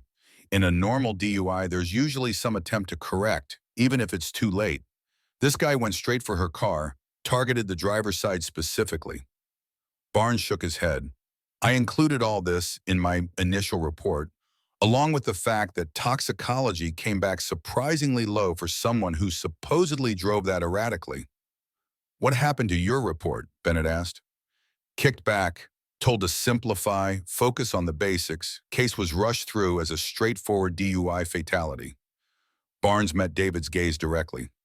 2 days later, I get called into the captain's office. Someone from the DA complained about my overcomplicating a clear-cut case. I was assigned to desk duty for a month." "Did you ever find out who complained?" David asked. "Not officially, but the paperwork came through a law firm that represents several big corporations, including Westfield Pharmaceuticals." Bennett's expression remained professionally neutral, but David saw his fingers tighten around his leather portfolio. "Do you have copies of your original report?" Barnes patted his jacket pocket. "Been carrying it for 2 years, wondering if someone would ever ask the right questions." He withdrew a sealed envelope. "Everything I documented, plus notes I kept afterward." names, dates, the chain of events that buried this investigation. As David reached for the envelope, Barnes held it back momentarily. You should know, I looked into the other driver afterward, on my own time. Guy had no history of alcohol abuse, worked as a private security contractor, had 3 large deposits to his bank account the week before the accident. Cash, untraceable. The implication hung in the air, confirming David's worst suspicions. Amanda's death had been no accident. It had been a professionally executed hit, disguised as a drunk driving incident.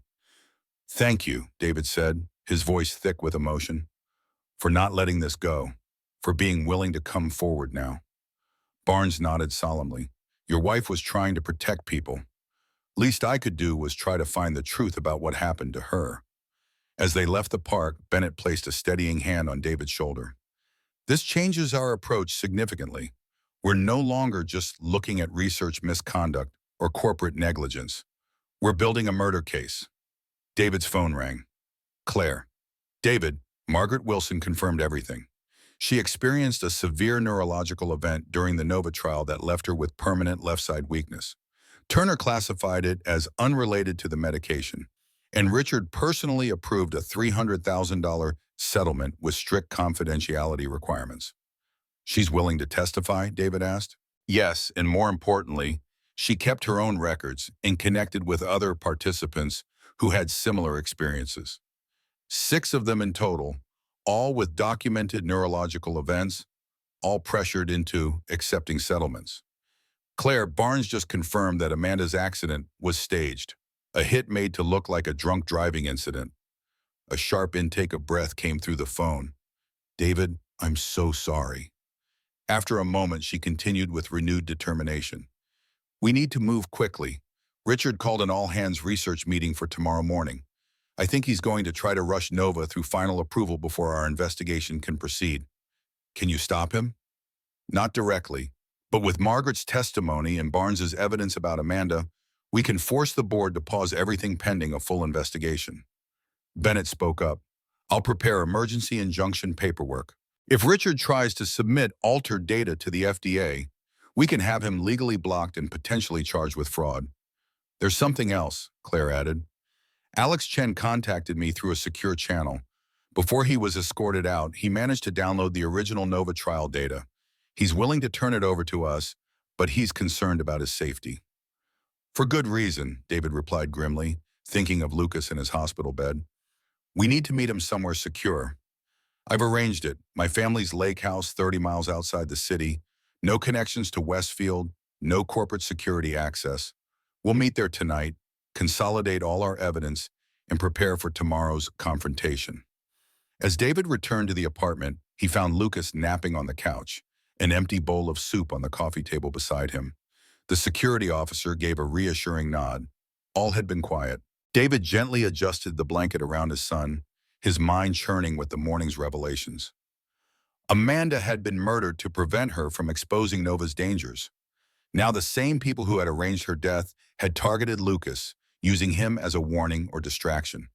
His phone buzzed with a text from an unknown number. They know about Wilson. Turner missing. Watch your back. David showed the message to Bennett, who immediately made a call to increase their security detail. We should move Lucas somewhere safer until tomorrow's board meeting, the lawyer advised. Claire's lake house would be ideal, remote, secure, and already prepared for tonight's meeting with Chen. Within an hour, they had packed essentials and were on the road, a 2-car caravan heading north out of Chicago. Lucas, still weakened from his ordeal but excited by what he perceived as an adventure, sat in the back seat, clutching his dinosaur encyclopedia. Are we going on vacation, Dad? He asked, peering out the window as urban landscapes gave way to suburbs and eventually rural countryside. Sort of a short trip, David answered carefully. Ms. Westfield has a house by a lake where we can stay tonight. You'll like it. I hear there are ducks we can feed tomorrow morning. Lucas nodded approvingly. Ms. Westfield is nice.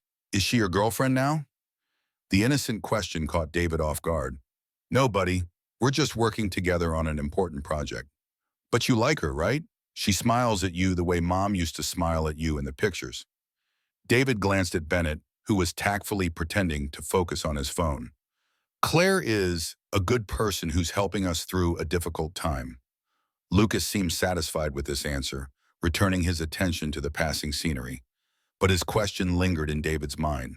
Beyond their alliance against Westfield's corruption, beyond their shared determination to expose the truth, there was something undeniable developing between him and Claire. A connection forged in crisis, perhaps, but no less real for its unusual beginnings. Claire's lake house turned out to be a substantial timber and stone structure nestled among towering pines, with a wraparound deck overlooking the water. Security personnel had already secured the perimeter, and Claire herself stood waiting on the front steps as their cars pulled into the circular drive. She greeted Lucas first, crouching to his level with genuine concern. "I heard you weren't feeling well. How are you doing now?" "Better, Tiafish," Lucas replied solemnly. "Dad says there are ducks here." "There are indeed," Claire smiled, "and a telescope on the deck where you can see stars later if you're feeling up to it." Lucas's eyes widened with excitement. "Real stars? Can we see constellations like Dad taught me?" "Absolutely. The sky is much clearer here than in the city." As Lucas was shown to his room by one of Claire's staff, David briefed her on Barnes's evidence, while Bennett added legal context. Claire listened intently, her expression darkening as the full picture of the conspiracy against Amanda emerged. "So we have confirmation that Amanda's death was orchestrated to prevent her FDA report," Claire summarized. "Combined with Margaret Wilson's testimony about Nova's side effects and the settlement pattern, we have enough to force a full investigation. But not enough yet to directly implicate Richard or Turner in Amanda's death," Bennett cautioned. "The connection to Westfield is through the law firm, which creates plausible deniability." "Alex Chen's data might bridge that gap," David suggested. "If he has communication records between Richard and Turner about handling Amanda's concerns." A security officer approached. "Ms. Westfield, Mr. Chen has arrived." Alex entered looking considerably more nervous than he had at the office, his messenger bag clutched tightly to his chest. "I was followed from my apartment," he reported immediately. "Lost them on the highway, but they're definitely looking for me." "You're safe here," Claire assured him. "What did you manage to recover?" Alex opened his laptop and connected an external drive. "Everything. Original trial data, internal communications about adverse events, the payment authorizations for all 7 settlement packages." He pulled up a spreadsheet. "Most importantly, I found this: a separate tracking system for neurological events that was maintained outside the official trial documentation." The spreadsheet listed 23 participants who had experienced stroke-like symptoms while taking Nova. Only 7 had received settlements. The others had been labeled as discontinued protocol violation or withdrawn personal reasons. They were systematically eliminating anyone who showed these side effects from the official results, David realized, creating a parallel record to track them while presenting clean data to regulators. "But this is the smoking gun," Alex said, opening another file. Email exchanges between Richard and Turner specifically discussing how to handle Amanda's investigation. The emails appeared on screen, damning in their clarity. Foster becoming problematic, asking too many questions about neurological events. JT. Reminder about confidentiality obligations. If she persists, more direct intervention may be necessary. Nova timeline cannot be compromised. RB. Foster now collecting independent data from participants. Mentioned potential FDA report. Urgent response required. JT. I'll handle it. Prepare contingency statements for possible adverse publicity. Nova remains on schedule, regardless. RB. The final email was dated 2 days before Amanda's death. David stared at the screen, a cold rage building inside him. Here it was. Proof that Richard had ordered direct intervention against Amanda when she threatened to expose Nova's dangers. "This is definitive," Bennett said quietly. "Combined with Barnes's evidence about the accident, we have a clear connection between Richard's order for intervention and Amanda's death." Claire placed a hand on David's shoulder, offering silent support as he processed what they were seeing. "We'll present all of this at tomorrow's board meeting. Richard won't be able to deny his involvement or push Nova forward." "There's more," Alex added, opening another file. "Turner has been administering a modified version of Nova to Claire for months, disguised as migraine medication. I found the prescription modifications in his private server. He's been deliberately inducing the same neurological symptoms in you that the trial participants experienced. Claire paled. So my stroke wasn't natural at all. It was induced as part of their experiment. Or to remove you from leadership at a critical time, Bennett suggested. With you sidelined by health concerns, Richard could push Nova through final approval without opposition. A security officer burst into the room. Ms. Westfield, we have a situation. 2 vehicles approaching the property, not responding to radio challenges. Claire immediately shifted to crisis management. Get Lucas somewhere secure, Mom. David, bring all the evidence. Alex, shut everything down and come with us. The lake house's lower level contained a reinforced safe room, originally built as a storm shelter, but upgraded with modern security features. As they hurried down the stairs, David heard vehicles on the gravel drive and raised voices outside. Dad, what's happening? Lucas asked, suddenly fearful as he was ushered into the windowless room. Just a safety precaution, David assured him, trying to keep his voice calm, like a fire drill at school. Through the security monitor inside the safe room, they watched as armed men in tactical gear approached the house.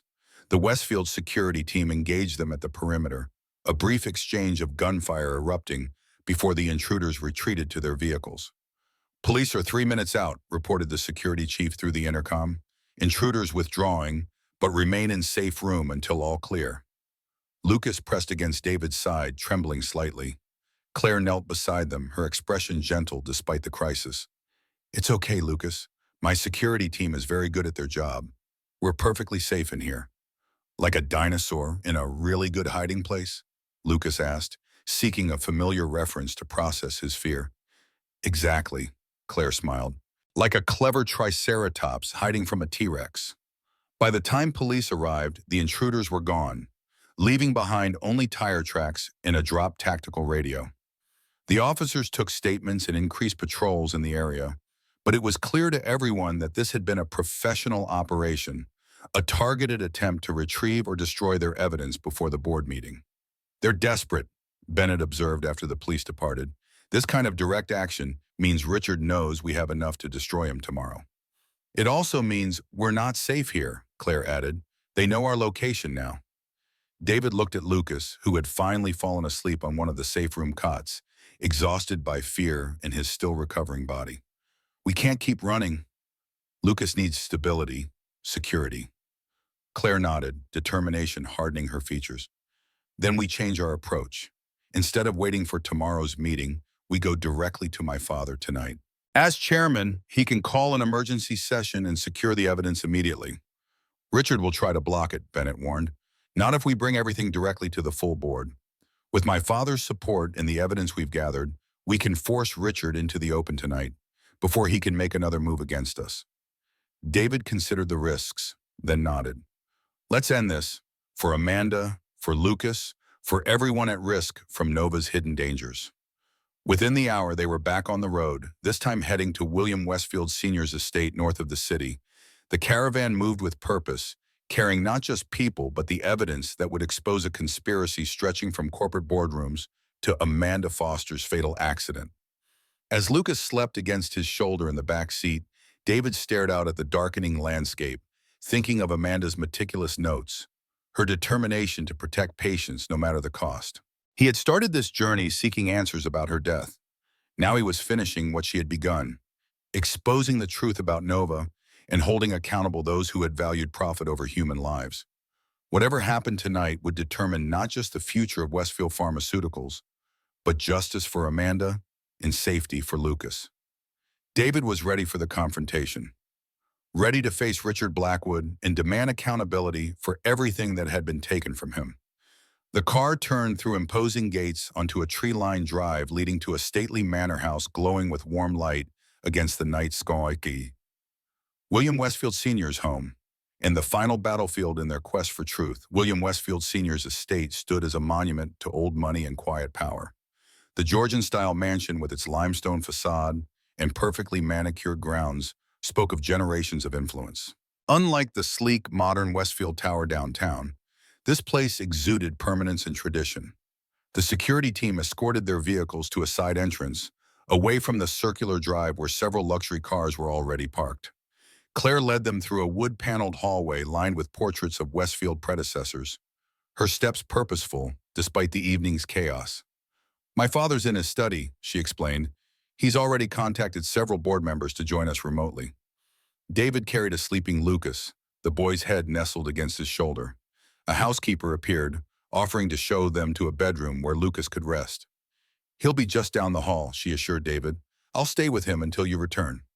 David hesitated, reluctant to let Lucas out of his sight after everything that had happened.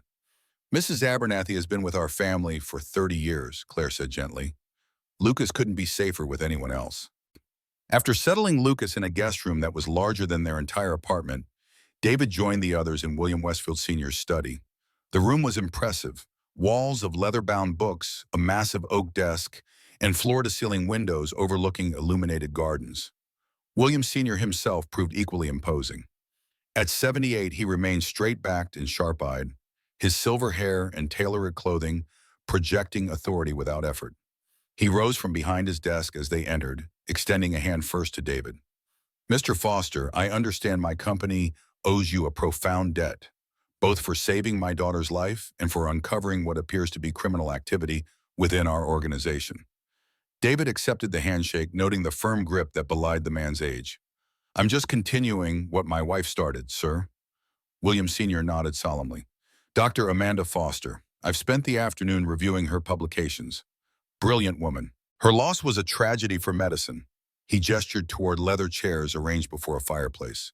"Please sit. We have much to discuss before the others arrive." As they settled, William Bennett spread the evidence across an antique coffee table: Barnes's police report, Amanda's research notes, Alex's recovered data, and Margaret Wilson's sworn statement. William Sr. examined each document methodically, his expression darkening as the full scope of the conspiracy emerged. When he finished reading, he removed his reading glasses and pinched the bridge of his nose. "I built this company to save lives," he said quietly. "After losing my Eleanor to a stroke, I dedicated Westfield to preventing others from experiencing that same loss. And now I discover we've been deliberately concealing side effects that could cause the very condition we're meant to treat." He turned to Claire. "And Richard? I mentored him, trusted him to uphold our values." "He betrayed that trust," Claire replied, "and he's willing to go to extraordinary lengths to protect Nova. The attack at the lake house proves how desperate he's become." "Not just desperate," David added. "He's proven he's willing to kill. First Amanda, now these attempts against us." William Sr. nodded grimly. "Bennett has briefed me on the legal implications. This goes far beyond corporate misconduct. We're talking about fraud, attempted murder, and in your wife's case, first-degree murder." A soft chime interrupted them as the large screen on the wall activated, showing 5 solemn faces, the executive board members joining remotely. "Thank you for convening on such short notice," William Sr. addressed them. "As I mentioned in my communication, we're facing a crisis that requires immediate action." For the next hour, they presented their evidence methodically. David explained Amanda's original concerns about Nova's side effects. Claire detailed how Turner had manipulated her medical treatment, inducing her stroke. Bennett outlined the legal ramifications, while Alex walked them through the data proving the systematic cover-up. The board members listened in stunned silence, occasionally asking clarifying questions, but mostly absorbing the devastating implications of what they were hearing.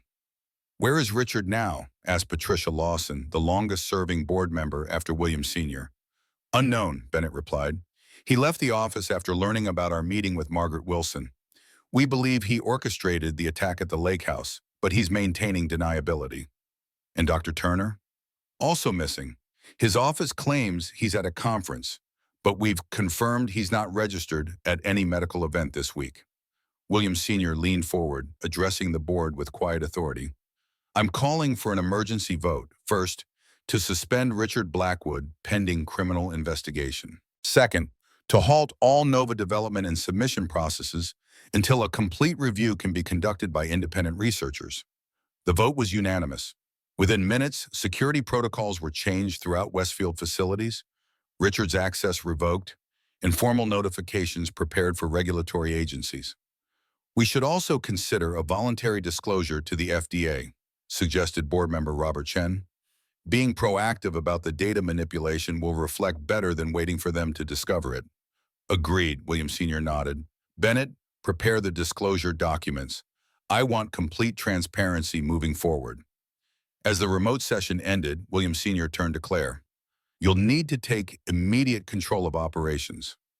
Richard has loyalists throughout the company who may try to destroy evidence or impede the investigation.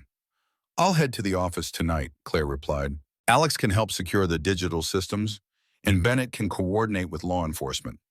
David watched this rapid mobilization of corporate power with a mixture of relief and unease.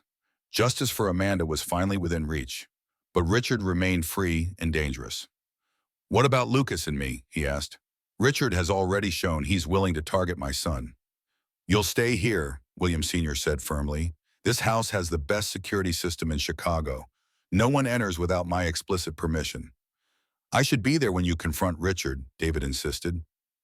Claire placed a hand on his arm. Your priority has to be Lucas. He needs you safe and present, especially after today's trauma. David knew she was right, but the thought of not seeing this through to the end frustrated him. At least keep me updated, every development, every move Richard makes. Of course, Claire promised. This isn't over until he's held accountable for everything he's done. As the others prepared to leave, David walked Claire to the door. Away from the others, her composed facade faltered slightly. I'm sorry about all of this, she said softly. Lucas being endangered, the attack at the lake house. None of this would have happened if I'd been more vigilant about what was happening in my own company. You couldn't have known, David assured her. Richard fooled everyone, including your father. Still, she stopped, searching for words. Be careful, David. Even with Richard cornered, he's dangerous. Don't let your guard down until we have him in custody. Their eyes held for a moment, conveying more than words could express. Then Claire straightened, CEO mode returning, as she joined Bennett and Alex in the waiting car. After they departed, David returned to the guest room where Lucas slept peacefully, Mrs. Abernathy knitting quietly in a chair beside the bed. She smiled as David entered, gathering her things to leave. He woke briefly, asked for water, then went right back to sleep, she reported. Sweet boy, reminds me of Claire at that age. Curious about everything, even when half asleep. David settled into the chair she vacated, watching Lucas's chest rise and fall in the dim light. The events of the past week played through his mind, from finding Claire having a stroke to uncovering the conspiracy that had taken Amanda's life. It seemed impossible that so much had changed in such a short time. His phone buzzed with a text from Claire. At Westfield Tower, security teams accessing Richard's office and private servers. No sign of him yet. Stay alert. An hour later, another update. Found additional evidence in Richard's safe. Notes about Amanda's investigation and surveillance reports on both of you from the past 2 years. He's been watching you since her death. The revelation sent a chill through David. For 2 years, while he grieved and rebuilt his life with Lucas, Richard had been monitoring them, making sure they never discovered the truth about Amanda's accident. How many times had they been watched? How close had Richard's people been to Lucas without David realizing? Around midnight, William Sr. appeared in the doorway, still fully dressed despite the late hour. He gestured for David to join him in the hallway. There's been a development, he said quietly. Richard was spotted at his lake house in Wisconsin. Local police are coordinating with the FBI to apprehend him, but I thought you should know, he's not alone. Dr. Turner is with him. They're running, David concluded. It appears so. They've withdrawn significant funds from various accounts and may be planning to leave the country. Will they succeed? William Sr.'s expression hardened. Not if I have anything to say about it. I've activated every resource at my disposal. Private security, legal teams, even media contacts. Richard Blackwood will not escape justice for what he's done to Amanda, to Claire, to my company. The determination in the older man's voice reassured David. William Westfield Sr. had built an empire from nothing. His influence extended far beyond corporate boardrooms. Get some rest, William Sr. advised. Tomorrow will bring new challenges, but tonight, your son needs you present and clear-headed. David returned to his vigil beside Lucas, eventually drifting into restless sleep in the oversized chair. His dreams were troubled. Amanda calling out warnings he couldn't quite hear, Lucas running through endless hospital corridors, Claire falling as he reached for her hand. He awoke at dawn to his phone buzzing insistently. Claire's name flashed on the screen. David, are you awake? Her voice was tight with urgency. I am now. What's happened? Police raided Richard's Wisconsin property at first light. He and Turner were apparently left by boat across the lake hours earlier. She paused. But they found something you need to see. I'm sending a secure car for you. Can Mrs. Abernathy stay with Lucas? What did they find, Claire? Files, David, about Amanda, about you, about other Westfield researchers who died or disappeared over the past decade. This goes deeper than we thought. Richard wasn't acting alone. Within an hour, David was in a secure vehicle heading toward Westfield Tower, his mind racing with possibilities. Who else could be involved? How far did this conspiracy extend? The tower was buzzing with unusual weekend activity. Security personnel, executives called in for emergency meetings, IT specialists combing through systems for additional evidence. Claire met him in the executive elevator, looking exhausted but focused after her all-night investigation. Thank you for coming, she said as they ascended to the executive floor. I wanted you to see this firsthand. Richard's office had been transformed into an investigation headquarters. Documents covered every surface, computer specialists worked at multiple stations, and FBI agents conferred in hushed tones by the window. Claire led David to a conference room where William Sr. sat with Bennett and two federal agents. On the table lay several leather portfolios, each labeled with a name and date. Richard kept detailed records of everyone who threatened the Nova project, Claire explained, opening the portfolio labeled Foster, Amanda, 2021-2023. Not just surveillance, strategies for neutralizing them. Inside were photos of Amanda at work, at home with David and Lucas, notes about her research concerns, a copy of the same email chain they'd found in Alex's data. But most disturbing was a document titled Intervention Options, which outlined 3 scenarios for stopping Amanda's investigation. The third option, highlighted and initialed RB, read, Permanent Solution Required, Asset Stevens to Execute, Accident Scenario Approved. Stevens was the driver, one of the FBI agents explained, former military, worked private security. We've traced payments to him through 3 shell companies, eventually leading back to an account Richard controlled. David stared at the clinical language describing his wife's murder, rage and grief warring within him. He documented ordering her death, put it in writing. Richard documented everything, Claire said grimly. It was his insurance policy. She slid another portfolio across the table. This one's about me. Similar surveillance photos, medical records, notes about her treatment under Turner's care. A detailed plan to induce minor stroke symptoms that would justify removing her from leadership during Nova's critical approval phase. And this, Claire continued, pushing forward a third portfolio, is what connects everything. This folder was older, dating back 15 years, labeled simply Project Continuity. Inside was a list of names, researchers, physicians, even FDA officials who had raised concerns about various Westfield products over the years. Beside each name was a date and a notation. Reassigned, resigned, accident, natural causes. Richard was systematically removing obstacles to Westfield's profitable products for over a decade, William Sr. said, his voice heavy with betrayal, all while presenting himself as dedicated to our mission of saving lives. But he wasn't working alone, Claire added. The funding for these operations, the level of cover-up required, it went beyond what even a COO could manage undetected. One of the FBI agents nodded. We've identified a group of investors who benefited significantly from Westfield's most controversial products. They appear to have financed Richard's problem-solving activities while maintaining plausible deniability. The Sherman Group, William Sr. said, pointing to a name that appeared repeatedly in the financial documents. A private investment consortium that's held a significant stake in Westfield for 20 years. I never questioned their support because they seemed aligned with our mission. They were aligned with profit, Bennett corrected, and willing to eliminate anyone who threatened that profit. David tried to process the expanding scope of the conspiracy. So Amanda was killed not just to protect Nova, but to preserve this entire system of covering up dangerous products? Exactly, Claire confirmed.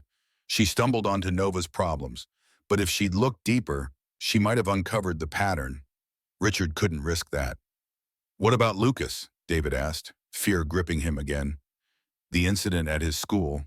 A warning, the FBI agent explained. Based on communications we've recovered, Richard ordered it when he realized you were investigating Amanda's research. Low dose, not meant to cause permanent harm, just scare you off. The casual cruelty of it, targeting a child as a warning, renewed David's determination to see Richard brought to justice. So what happens now? Richard and Turner are still out there. International alerts have been issued, the second FBI agent said.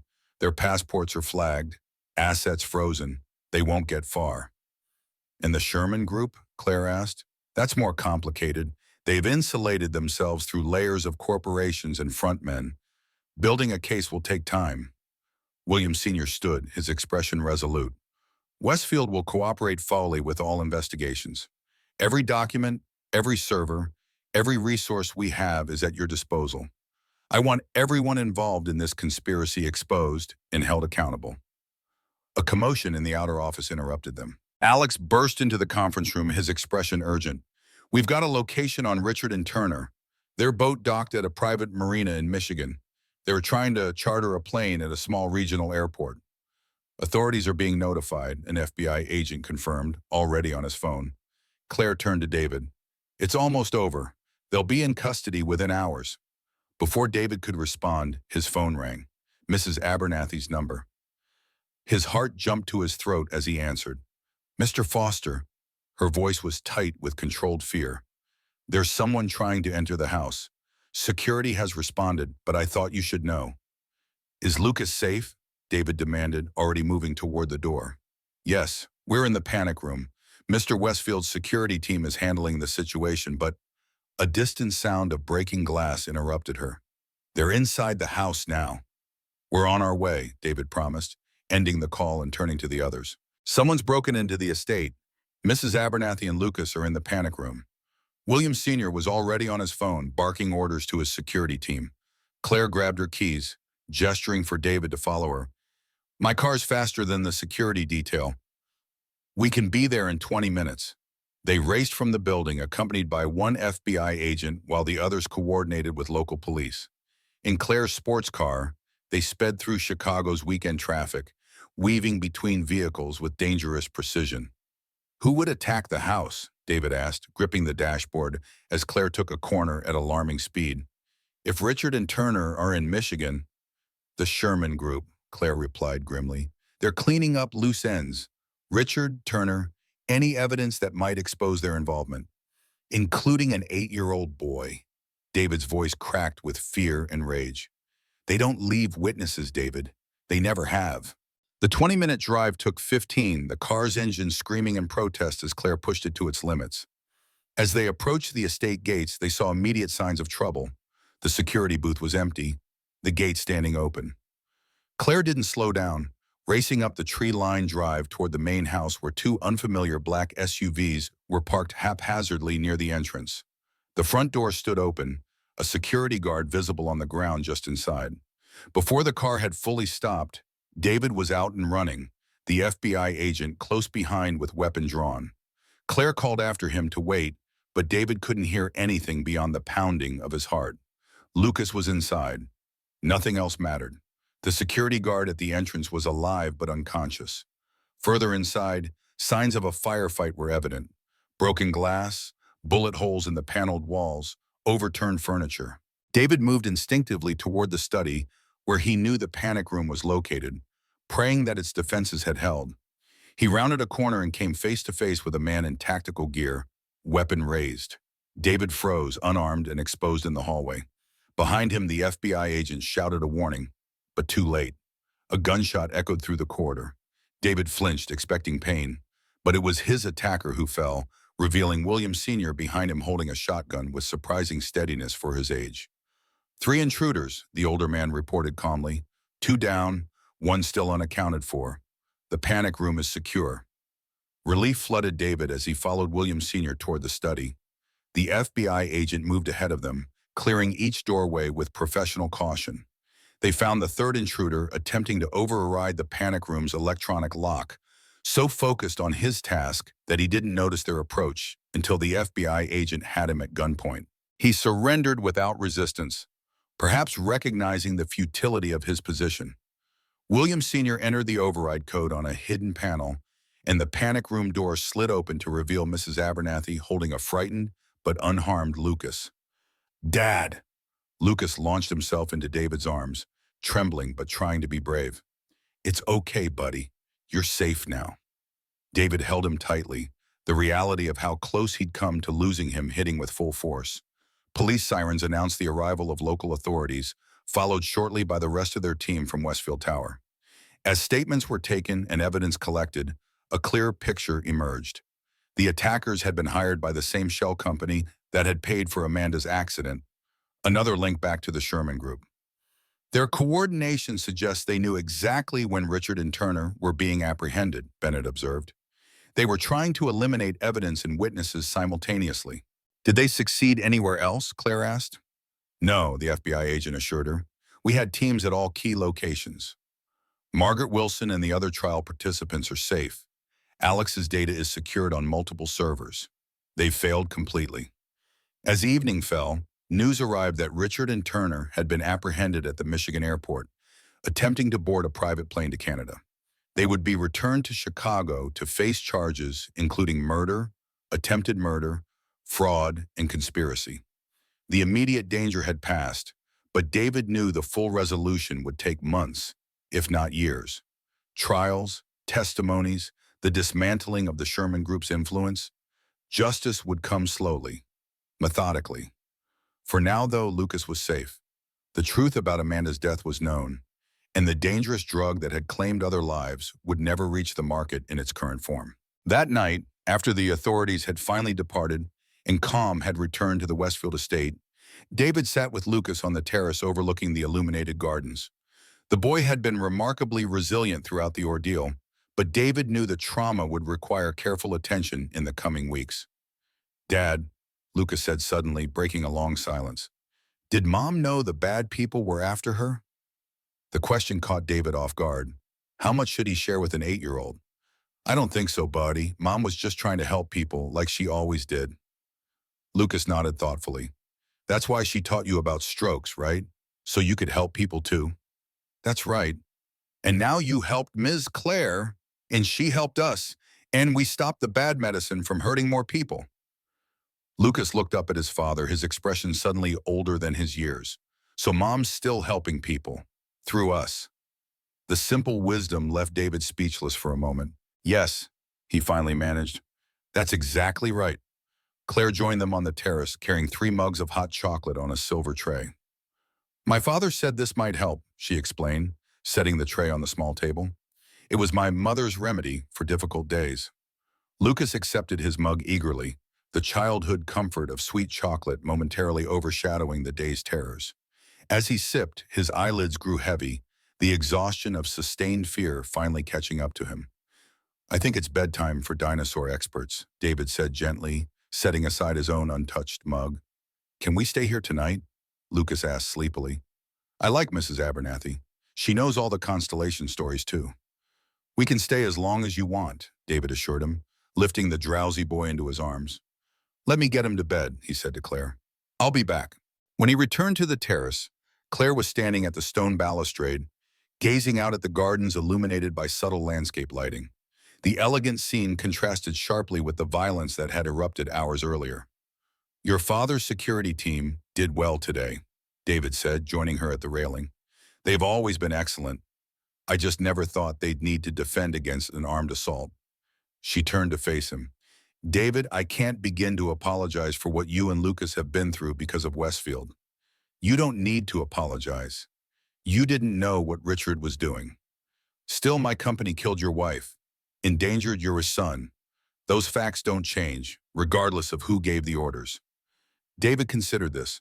Amanda believed in holding systems accountable, not just individuals. She would have said that Westfield's culture allowed Richard to operate unchecked for years, that the pursuit of profit without sufficient ethical oversight created the conditions for this conspiracy. Claire nodded slowly. "She would have been right, and that's exactly what I intend to change, starting tomorrow. My father and I have already discussed a complete restructuring of Westfield's research protocols ethics committees, and reporting systems. Including the patient advocacy division, David asked. Especially that. In fact, she hesitated briefly. I was hoping you might consider staying on, not just as a consultant, but as director of the expanded division, with full authority to implement Amanda's vision of patient-centered research and transparent reporting. The offer surprised him. I'm not qualified for that kind of position, Claire. Aren't you? You identified my stroke when a board-certified physician missed it. You uncovered data manipulation that seasoned researchers overlooked. You connected patterns across years of research to expose a deadly conspiracy. She smiled slightly. I'd say you're uniquely qualified. David looked out over the darkened grounds, considering the unexpected turn his life had taken. A week ago, he had been a night janitor, struggling to make rent. Now he was being offered leadership in one of the world's largest pharmaceutical companies. What would that mean for Lucas? After today, he needs stability, security. It would mean a normal schedule, days, not nights, benefits that include the best health care available. And yes, security meant that Westfield owes your family that much, at minimum. Claire's expression softened. It would also mean continuing Amanda's work, ensuring that what happened to her never happens to another researcher or patient. Put that way, the decision seemed clear. I'll need to think about it. Talk to Lucas, but I'm inclined to accept. Relief crossed Claire's features. I'm glad. Westfield needs people like you, people who understand what's really at stake in our work. They stood in comfortable silence for a few moments, the events of the past week settling around them like falling leaves, dramatic, transformative, but finally coming to rest. What happens now? David asked eventually. With Richard, Turner, the Sherman Group? Justice, I hope. It won't be quick or simple, but with the evidence we've gathered, they won't escape accountability. Claire's expression hardened momentarily. I've also initiated an internal review of every product developed during Richard's tenure. If there are other Nova situations out there, we'll find them and address them properly. David nodded, appreciating her determination to clean house completely. And the Nova project itself? Suspended indefinitely. The compound will be reevaluated from first principles with complete transparency and independent oversight. She sighed. If there's a way to harness its benefits without the neurological risks, we'll find it. The right way this time. David thought of Amanda, of her meticulous notes and unwavering commitment to patient safety. She would have approved of this approach. She might even have led such a reevaluation, had she lived. Amanda would be pleased, he said quietly. Not just about Nova, but about all of it. The exposure of the conspiracy, the changes at Westfield, the justice for patients who were harmed. I wish I could have known her, Claire replied. From everything I've learned these past days, she was extraordinary. She was. David smiled at memories that, for the first time in 2 years, brought more comfort than pain. And thanks to what we've uncovered, her work will continue. Her legacy will be the lives saved by these changes. As they stood together in the quiet night, the weight of recent events balanced by the promise of meaningful change to come, David felt something he hadn't expected. Hope. Not just for justice or closure, but for a future where Amanda's death would lead to something positive, where her passion for protecting patients would live on through structural changes at Westfield and beyond. And perhaps, too, hope for himself and Lucas, a new chapter that honored Amanda's memory while allowing them to move forward into a life with purpose, security, and even new connections.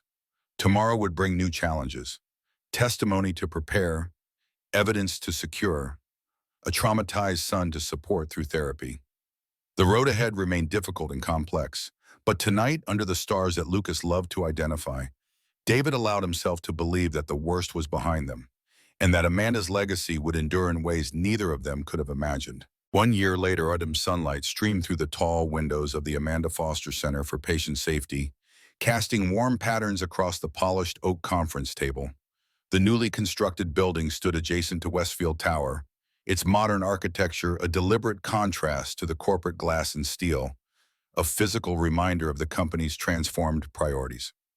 David adjusted his tie, still not entirely comfortable in business attire, despite a year in his role as Director of Patient Advocacy.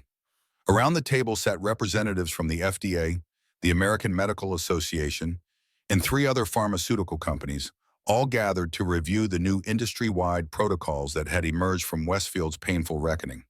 As you can see from the data, David continued his presentation, mandatory independent verification of all adverse event reports has increased transparency by 83% across participating companies. Patients are now directly interviewed by third-party evaluators with no financial interest in the outcomes. The FDA representative nodded approvingly. The Foster Protocol, as it's becoming known in regulatory circles, is quickly becoming the gold standard. Several European agencies have expressed interest in implementing similar systems. David felt a familiar tightness in his chest at hearing Amanda's name attached to these changes. Pride mingled with grief in a bittersweet combination he'd come to recognize but never quite overcome. Claire, seated at the head of the table in her role as CEO, caught his eye with a small, understanding smile.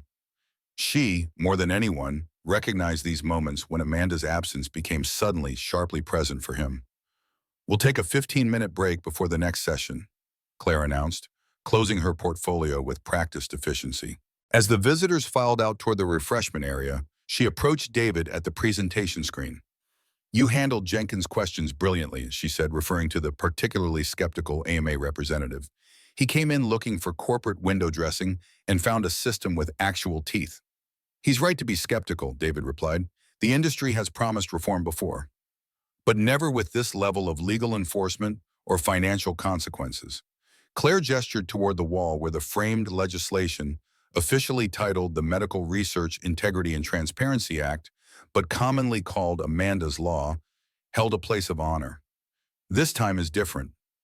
The federal legislation, passed 6 months earlier following Richard Blackwood's high-profile trial, established criminal penalties for pharmaceutical executives who knowingly concealed adverse events in clinical trials.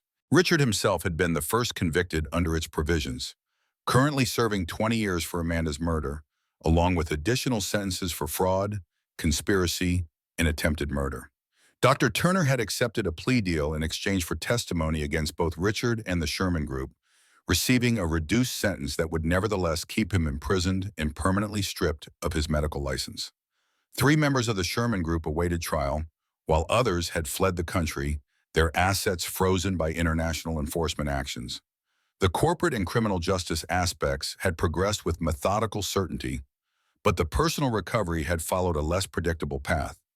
David checked his watch. Lucas would be finishing school soon. Since starting at Riverdale Academy, the boy had thrived academically, but still attended weekly therapy sessions to process the trauma of the previous year's events. "Go," Claire said, reading his thoughts. "I can handle the afternoon session. Lucas needs his dinosaur pancake day." Friday traditions had become sacred in the Foster household. Dinosaur pancakes for dinner, followed by stargazing if weather permitted, or museum documentaries if it didn't. Maintaining these rituals had provided Lucas with much-needed stability during the tumultuous aftermath of the Westfield conspiracy. "You're sure the NIH presentation is important? Bennett can assist me. Besides," she added with a gentle smile, "I might stop by later for that stargazing session, if the invitation still stands." "Always," David replied, the single word carrying more meaning than a casual observer might notice. Their relationship had evolved gradually over the past year, developing from professional alliance to friendship to something deeper. Neither had rushed to define. Claire joined their Friday traditions with increasing frequency, her initial awkwardness around Lucas having transformed into genuine affection and easy rapport. David gathered his materials and headed for the parking garage, passing the memorial wall in the Foster Center's lobby. Photos of Amanda and other researchers whose safety concerns had been silenced over the years served as a permanent reminder of the human cost of corporate negligence. Beside each photo hung a framed statement describing how their work had ultimately contributed to the reforms now being implemented. Amanda's photo, her professional headshot from Chicago Memorial, held the central position. David no longer needed to read the accompanying text. He had written it himself, distilling her brilliant career and unwavering principles into words that could never fully capture who she had been. The drive to Riverdale Academy took him through neighborhoods that had once seemed impossibly exclusive, but now felt familiar. The school's imposing Gothic architecture came into view, its spires and arched windows suggesting academic tradition and excellence. In the designated pickup area, children in navy blue uniforms streamed from the buildings toward waiting vehicles. Lucas spotted the car immediately, breaking into a run that sent his oversized backpack bouncing against his small frame. At 9, he remained slight for his age, but had gained confidence over the past year, his natural intelligence finding fertile ground in Riverdale's enriched curriculum. "Dad!" he exclaimed, tumbling into the passenger seat with boundless energy. "We dissected owl pellets in science lab today. I found 3 complete mouse skeletons in mine." "That's both cool and slightly disgusting," David replied with a laugh. "Seatbelt, buddy." As they drove home, Lucas provided a detailed account of his discoveries, complete with enthusiastic hand gestures that occasionally threatened his seatbelt's effectiveness. His excitement was infectious, and David found himself genuinely absorbed in the minutiae of owl digestion patterns. Their new home, a comfortable 3-bedroom condo in a secure building, welcomed them with familiar warmth. Though significantly larger than their old apartment, David had been careful to maintain continuity with their previous life. Amanda's medical degree still held its place of honor on the living room wall. Lucas's dinosaur collection had simply expanded to fill a dedicated shelf rather than being scattered across every surface. As David prepared their traditional pancake batter, Lucas settled at the kitchen island with his homework, multicolored folders neatly arranged by subject. The domesticity of the scene sometimes struck David as miraculous. This ordinary peace had seemed unattainable during the darkest days of the previous year. "Dad," Lucas said suddenly, looking up from his math worksheet, "is Miss Claire coming over tonight? She might join us later for stargazing. Why?" Lucas shrugged with deliberate nonchalance. "Just wondering. I found a new constellation I want to show her. It's called Coma Berenices. It means Berenice's hair, and it has a really cool story about a queen who cut off her hair as an offering." David smiled at his son's transparent attempt at casualness. "You like when Claire visits, don't you?" "She's nice," Lucas admitted, "and she knows almost as many constellation stories as you do. Plus," he added with 9-year-old practicality, "she always brings good snacks." "Stellar qualifications," David agreed, pouring batter onto the griddle in the rough shape of a stegosaurus. Lucas watched the pancake take form, then asked with sudden seriousness, "Do you think Mom would be okay with Ms. Claire visiting so much?" The question caught David off guard. Though Lucas occasionally asked about Amanda, he rarely connected her memory directly to Claire. David turned from the stove, giving his son his full attention. "What makes you ask that, buddy?" Lucas fidgeted with his pencil. "Tommy at school said when his dad started dating after his mom left, his mom got really mad about it. I know Mom didn't leave like Tommy's mom did, but—" He trailed off, uncertain how to articulate his concern. David pulled a stool beside Lucas, choosing his words carefully. "Your mom was an amazing person who loved us very much. One of the things that made her special was how much she cared about people being happy and safe." He placed a hand on Lucas's shoulder. "I think she would want us to have good people in our lives who make us feel happy and safe. Like Ms. Claire does." "Like Ms. Claire does," David confirmed. "And your mom would have really liked her, I think. They're similar in some ways. They both care a lot about helping people and doing what's right, even when it's hard." Lucas considered this solemnly, then nodded. "I think so too. And Mom would definitely like that Ms. Claire helped us catch the bad guys who hurt her." The simplicity of his son's perspective momentarily overwhelmed David. Yes, she absolutely would. Lucas returned to his homework with the matter apparently settled to his satisfaction, while David turned back to the pancakes, blinking away unexpected moisture in his eyes. By evening, the kitchen was filled with the sweet aroma of pancakes and the sounds of Lucas explaining the finer points of Stegosaurus plate arrangement to Claire, who had indeed arrived bearing premium stargazing snacks and a new astronomy book for Lucas. "The plates weren't just for show," Lucas explained with authority. "Scientists think they helped regulate body temperature, like a solar panel system." "Fascinating," Claire replied with genuine interest. "So they were essentially prehistoric, solar-powered dinosaurs?" "Exactly," Lucas beamed at her perfect understanding. "Dad, can we go up to the roof deck now? It's getting dark enough to see stars." The building's private roof deck had been a major selling point for David, a secure outdoor space where Lucas could explore his growing interest in astronomy. With high walls and keycard access, it provided both safety and excellent sky visibility away from immediate light pollution.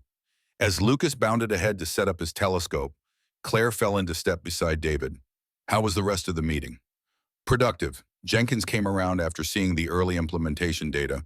The NIH is fully on board with funding the independent review board. Claire nodded approvingly. Good. Financial independence is crucial for maintaining objectivity.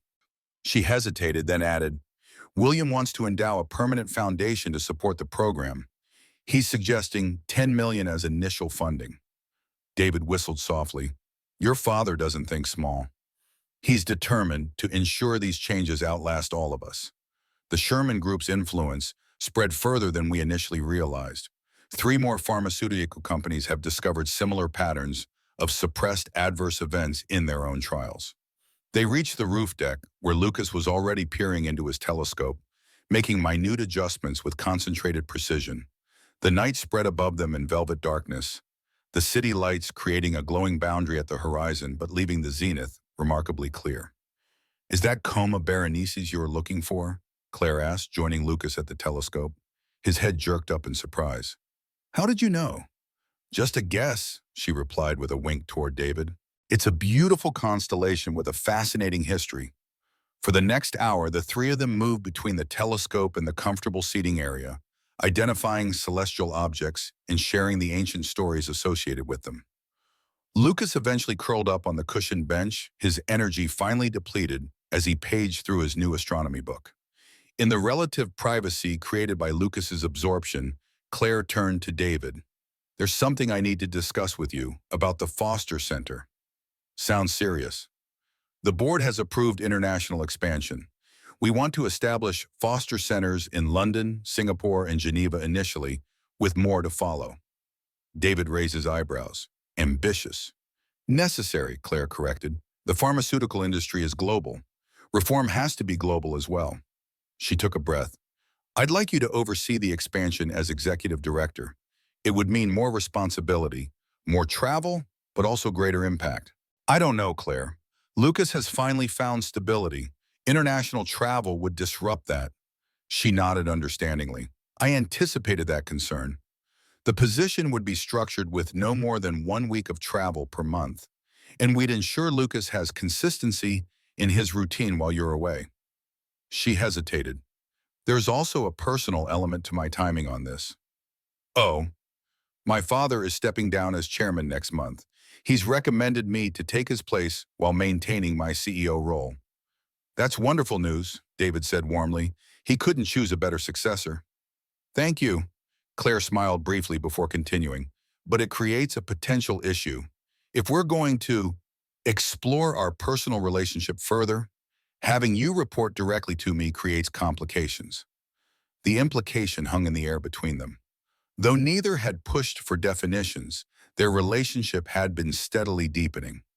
Movie nights after Lucas was asleep, quiet dinners when he had sleepovers with friends, conversations that stretched into the early morning hours, covering everything from childhood memories to philosophical debates.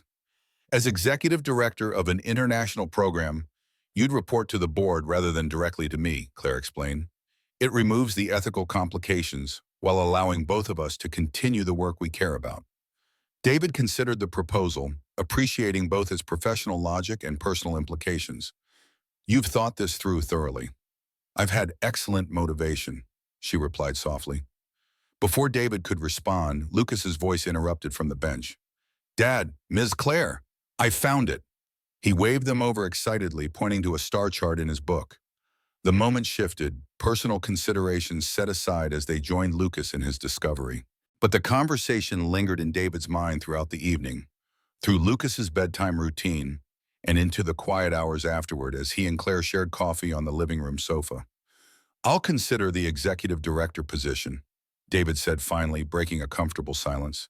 But I need to discuss it with Lucas first. His opinion matters in decisions that affect our family. Claire nodded. Of course, family comes first. The word family hung between them, loaded with meaning neither was quite ready to articulate. Instead, Claire reached for his hand, her fingers entwining with his in a gesture that had become familiar, yet never lost its significance. "Whatever you decide about the position," she said quietly, "it doesn't change what's developing between us. We'll find the right path forward." David squeezed her hand gently, grateful for her understanding. "One step at a time." "One step at a time," she agreed. The following Monday found David back at the Foster Center, reviewing the quarterly audit of Nova's restructured research team. After a complete overhaul, the project had resumed with transparent protocols and multiple layers of independent oversight. Preliminary results suggested the medication could still offer breakthrough stroke prevention, but with modified delivery to eliminate the neurological side effects that had proved so dangerous. His desk phone rang, the internal line from the reception area. "Mr. Foster, there's a Margaret Wilson here to see you. She doesn't have an appointment, but she says it's important." David checked his calendar, then replied, "Please send her in." Margaret Wilson entered his office with the careful movements of someone still adjusting to physical limitations. Though her stroke symptoms had improved with therapy, she maintained a slight limp and occasionally relied on a cane for longer distances. "Mrs. Wilson, it's good to see you," David greeted her, gesturing toward a comfortable chair. "What brings you to the Foster Center today?" "Two things," she replied, settling into the chair. "First, I wanted to deliver this in person." She placed an envelope on his desk. "It's a formal agreement from all 7 of us who receive settlements to donate half of those funds to the Foster Center's Independent Research Division." David opened the envelope, scanning the document with surprise. "This is extremely generous. Over $1 million combined." Margaret shook her head. "It's appropriate. That money came from covering up a dangerous product. Now it will help prevent the same thing from happening to others." She leaned forward slightly. "But that's not my main reason for visiting. I have a proposal for the patient advocacy program." For the next half hour, Margaret outlined her vision for a patient-led advisory council that would work directly with researchers from the earliest stages of drug development. A system where those who had experienced adverse effects could help shape safety protocols and risk assessments before clinical trials even began. "We need a formal structure for the patient voice," she concluded. "What just testimony after problems occur, but integrated input throughout the development process." David was impressed by the thoroughness of her proposal. "This aligns perfectly with our expansion plans. Would you be interested in heading this council yourself?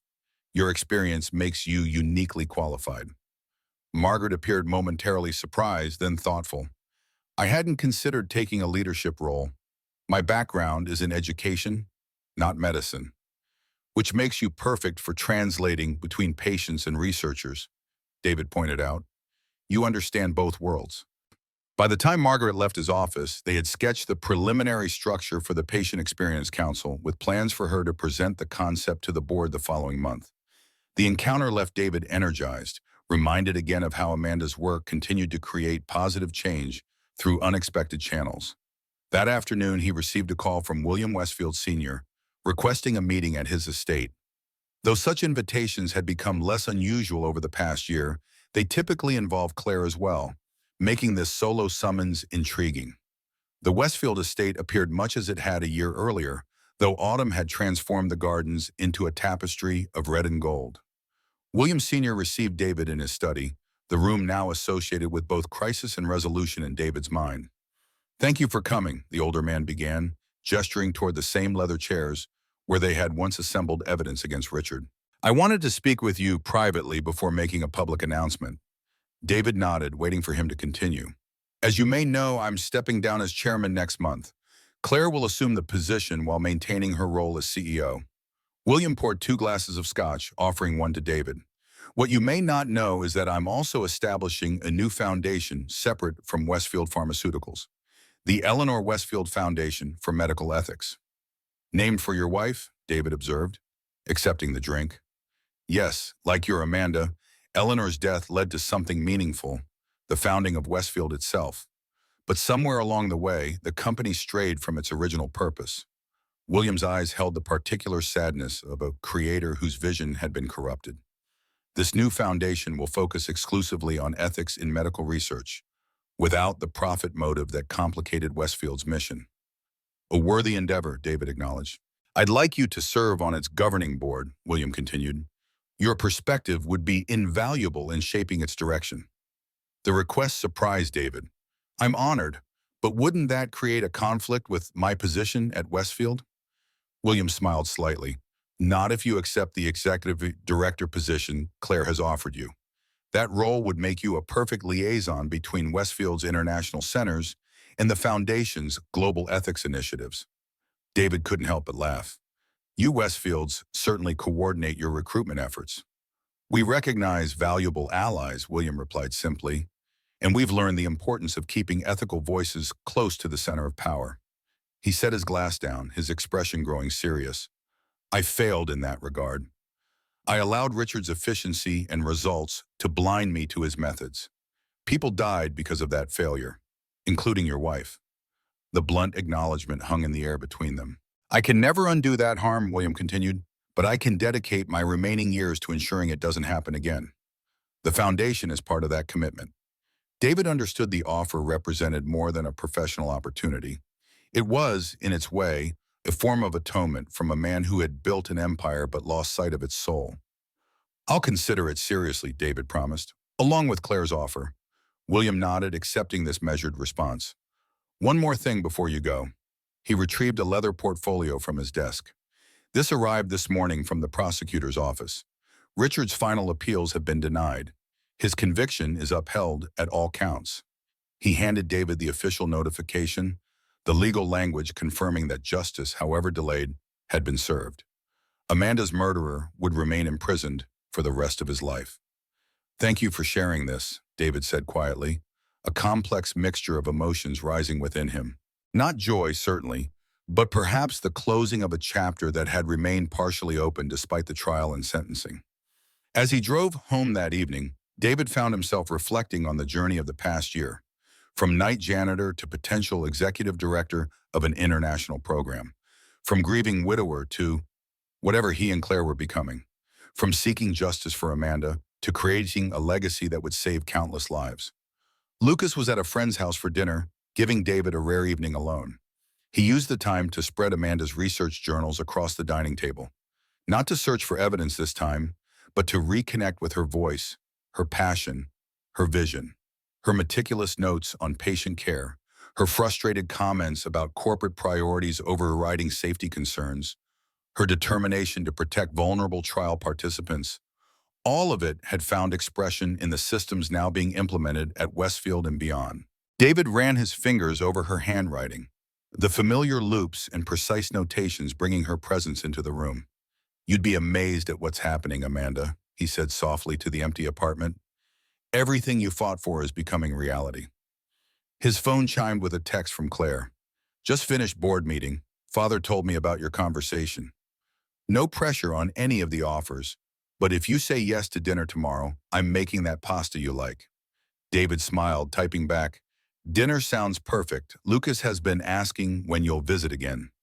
Her response came quickly. Tell him I found a documentary about marine reptiles that technically weren't dinosaurs but were equally impressive. We'll bring tomorrow. The casual exchange highlighted how naturally Claire had become part of their lives, filling a space neither David nor Lucas had realized needed filling. Not replacing Amanda, no one ever could, but creating something new alongside her memory. 5 years later, the Amanda Foster Center for Patient Safety in Geneva gleamed in the spring sunshine, its innovative architecture reflecting both Lake Geneva and the surrounding Alps. David adjusted his tie as he prepared to deliver the keynote address at the International Conference on Medical Research Ethics, an event that now drew participants from 67 countries. At 40, David carried himself with the quiet confidence of someone who had found his purpose. The past 5 years as executive director of the International Foster Centers had transformed him from an unlikely pharmaceutical executive into a respected advocate for patient safety. His lack of formal medical credentials, once considered a limitation, was now recognized as his greatest strength. He approached problems from outside traditional medical thinking, asking questions others overlooked. Through the conference hall windows, he could see Lucas on the lakeside terrace, deep in conversation with William Westfield Sr. At 14, Lucas had grown tall and lanky, his intellectual curiosity developing into genuine academic talent. His interest had evolved from dinosaurs to marine biology, though he maintained an encyclopedic knowledge of prehistoric life that still emerged in casual conversation. Claire appeared at David's side, elegant in a tailored suit that complemented her role as both Westfield chairwoman and his wife of 3 years. "Nervous?" she asked, straightening his already straight tie in a familiar gesture. "About the speech? No. About Lucas telling your father he wants to apply for that marine biology summer program in Australia?" "Absolutely," Claire laughed. "Father will probably offer to buy him a research vessel on the spot. You know how he dotes on him." It was true. William Sr. had embraced his role as Lucas's honorary grandfather with unexpected enthusiasm, funding science equipment, attending school presentations, and generally spoiling him in the educational manner of a man who valued knowledge above all else. "Is Emma still napping?" David asked. "Mrs. Abernathy has her well in hand. Says she'll bring her just before your speech so she can see Daddy on the big stage." Emma Foster Westfield, their adopted 4-year-old daughter, had joined their family 2 years earlier, a stroke survivor herself whose parents had died in the same accident that had damaged her developing brain. Her remarkable recovery had been facilitated by treatments developed through the Foster Center's research, creating a connection that had drawn David and Claire to her immediately. The adoption had completed their family in ways none of them had anticipated, with Lucas embracing his role as big brother with protective dedication. Even now, he carried pictures of Emma's latest art projects to show anyone willing to look. "5 minutes, Mr. Foster," an assistant informed him discreetly. David nodded, taking a deep breath as he reviewed his notes one final time. The speech would announce the Foster Foundation's most ambitious initiative yet, a global database of adverse drug reactions accessible to researchers, physicians, and patients alike. A system that would make it impossible to hide patterns of dangerous side effects across national boundaries or regulatory jurisdictions. "She would be proud," Claire said softly, knowing exactly where his thoughts had gone. "Of all of this, but especially of you and Lucas." David squeezed her hand gratefully. In their years together, Claire had never tried to replace Amanda in their memories, but had instead helped keep her legacy alive through the expanding work of the Foster Centers. As David took the podium before hundreds of medical professionals, regulatory officials, and patient advocates, he felt a familiar presence beside him. Not ghostly, but a continuation of purpose that connected past to present. "7 years ago," he began, "a brilliant stroke specialist named Amanda Foster identified troubling patterns in a clinical trial. Her commitment to patient safety cost her life, but her work continues through each of us in this room." From his position at the podium, David could see Lucas entering with William Sr., followed shortly by Mrs. Abernathy carrying a sleepy-eyed Emma. Claire joined them, creating a family tableau that still sometimes struck David as miraculous given the path that had brought them together.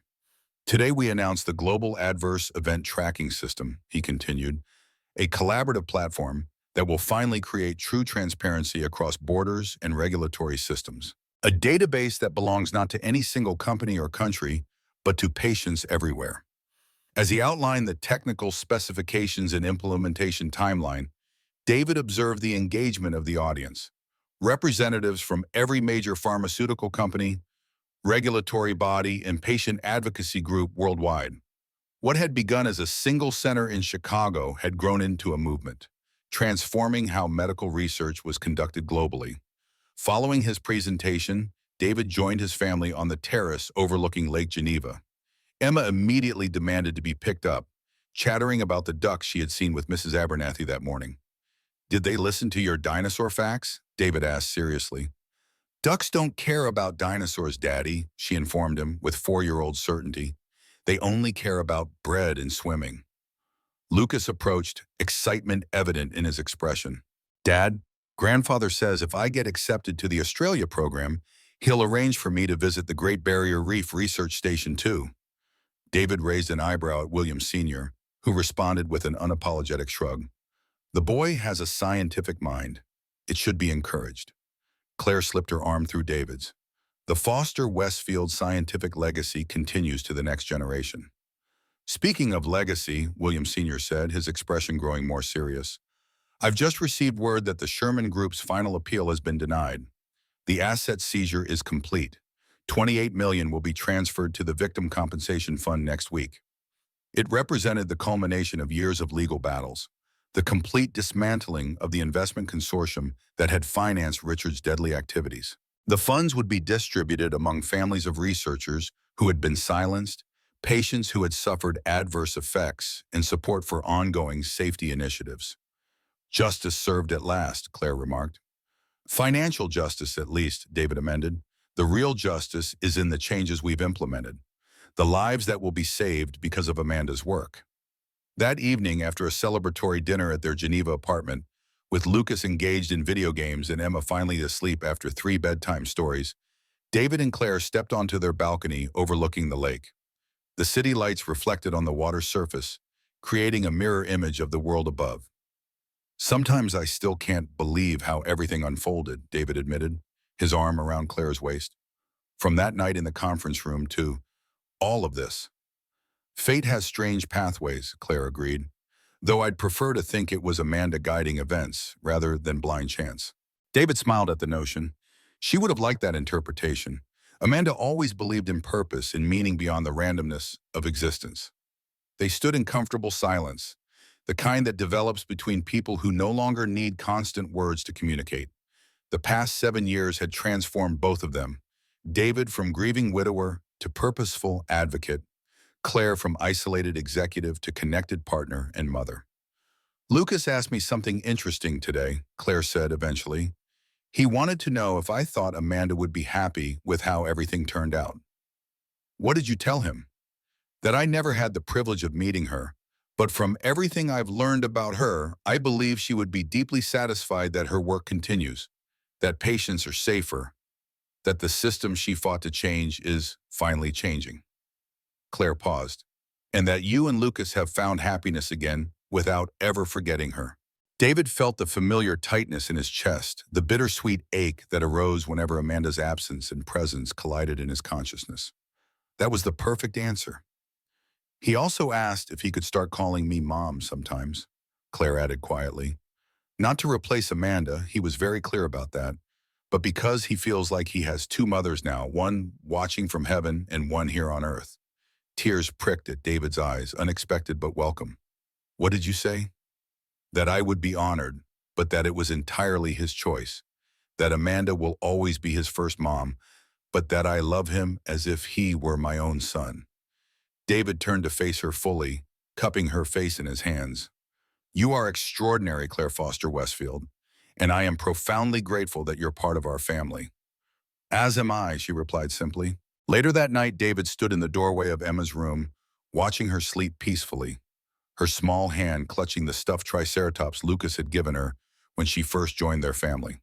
Across the hall, Lucas's light still shone under his door, likely researching marine biology programs well past his bedtime. The scene struck David as the perfect embodiment of Amanda's legacy, not just the global changes in pharmaceutical research, not just the Foster Centers spanning continents, but this, a family healed and expanded, children thriving, love continuing in new forms while honoring what came before. We did it, Amanda, he whispered into the quiet hallway. We changed the system. We protected the patients. And we found joy again, just as you would have wanted. In the gentle silence that followed, David felt, as he sometimes did in such moments, not Amanda's ghost but her enduring influence, the ripples of her life continuing to spread outward, touching countless lives through the family and institutions that carried her legacy forward. The journey from that night shift at Westfield Tower to this moment had been unimaginable, filled with danger, loss, discovery, and ultimately, redemption. What had begun with David recognizing stroke symptoms in a corporate CEO had transformed not just his life, but the entire landscape of medical research. As he turned toward the bedroom where Claire waited, David carried with him the certainty that Amanda's spirit lived on, not just in memory or institutions bearing her name, but in every patient protected by the systems she had died trying to create, in every life saved by the transparency she had valued above all else. The past could not be changed, but it had been honored. Justice, though delayed, had been served, And from tragedy had emerged a legacy more powerful and far-reaching than anyone could have predicted. A hidden legacy revealed, expanded, and now illuminating the path forward for generations to come.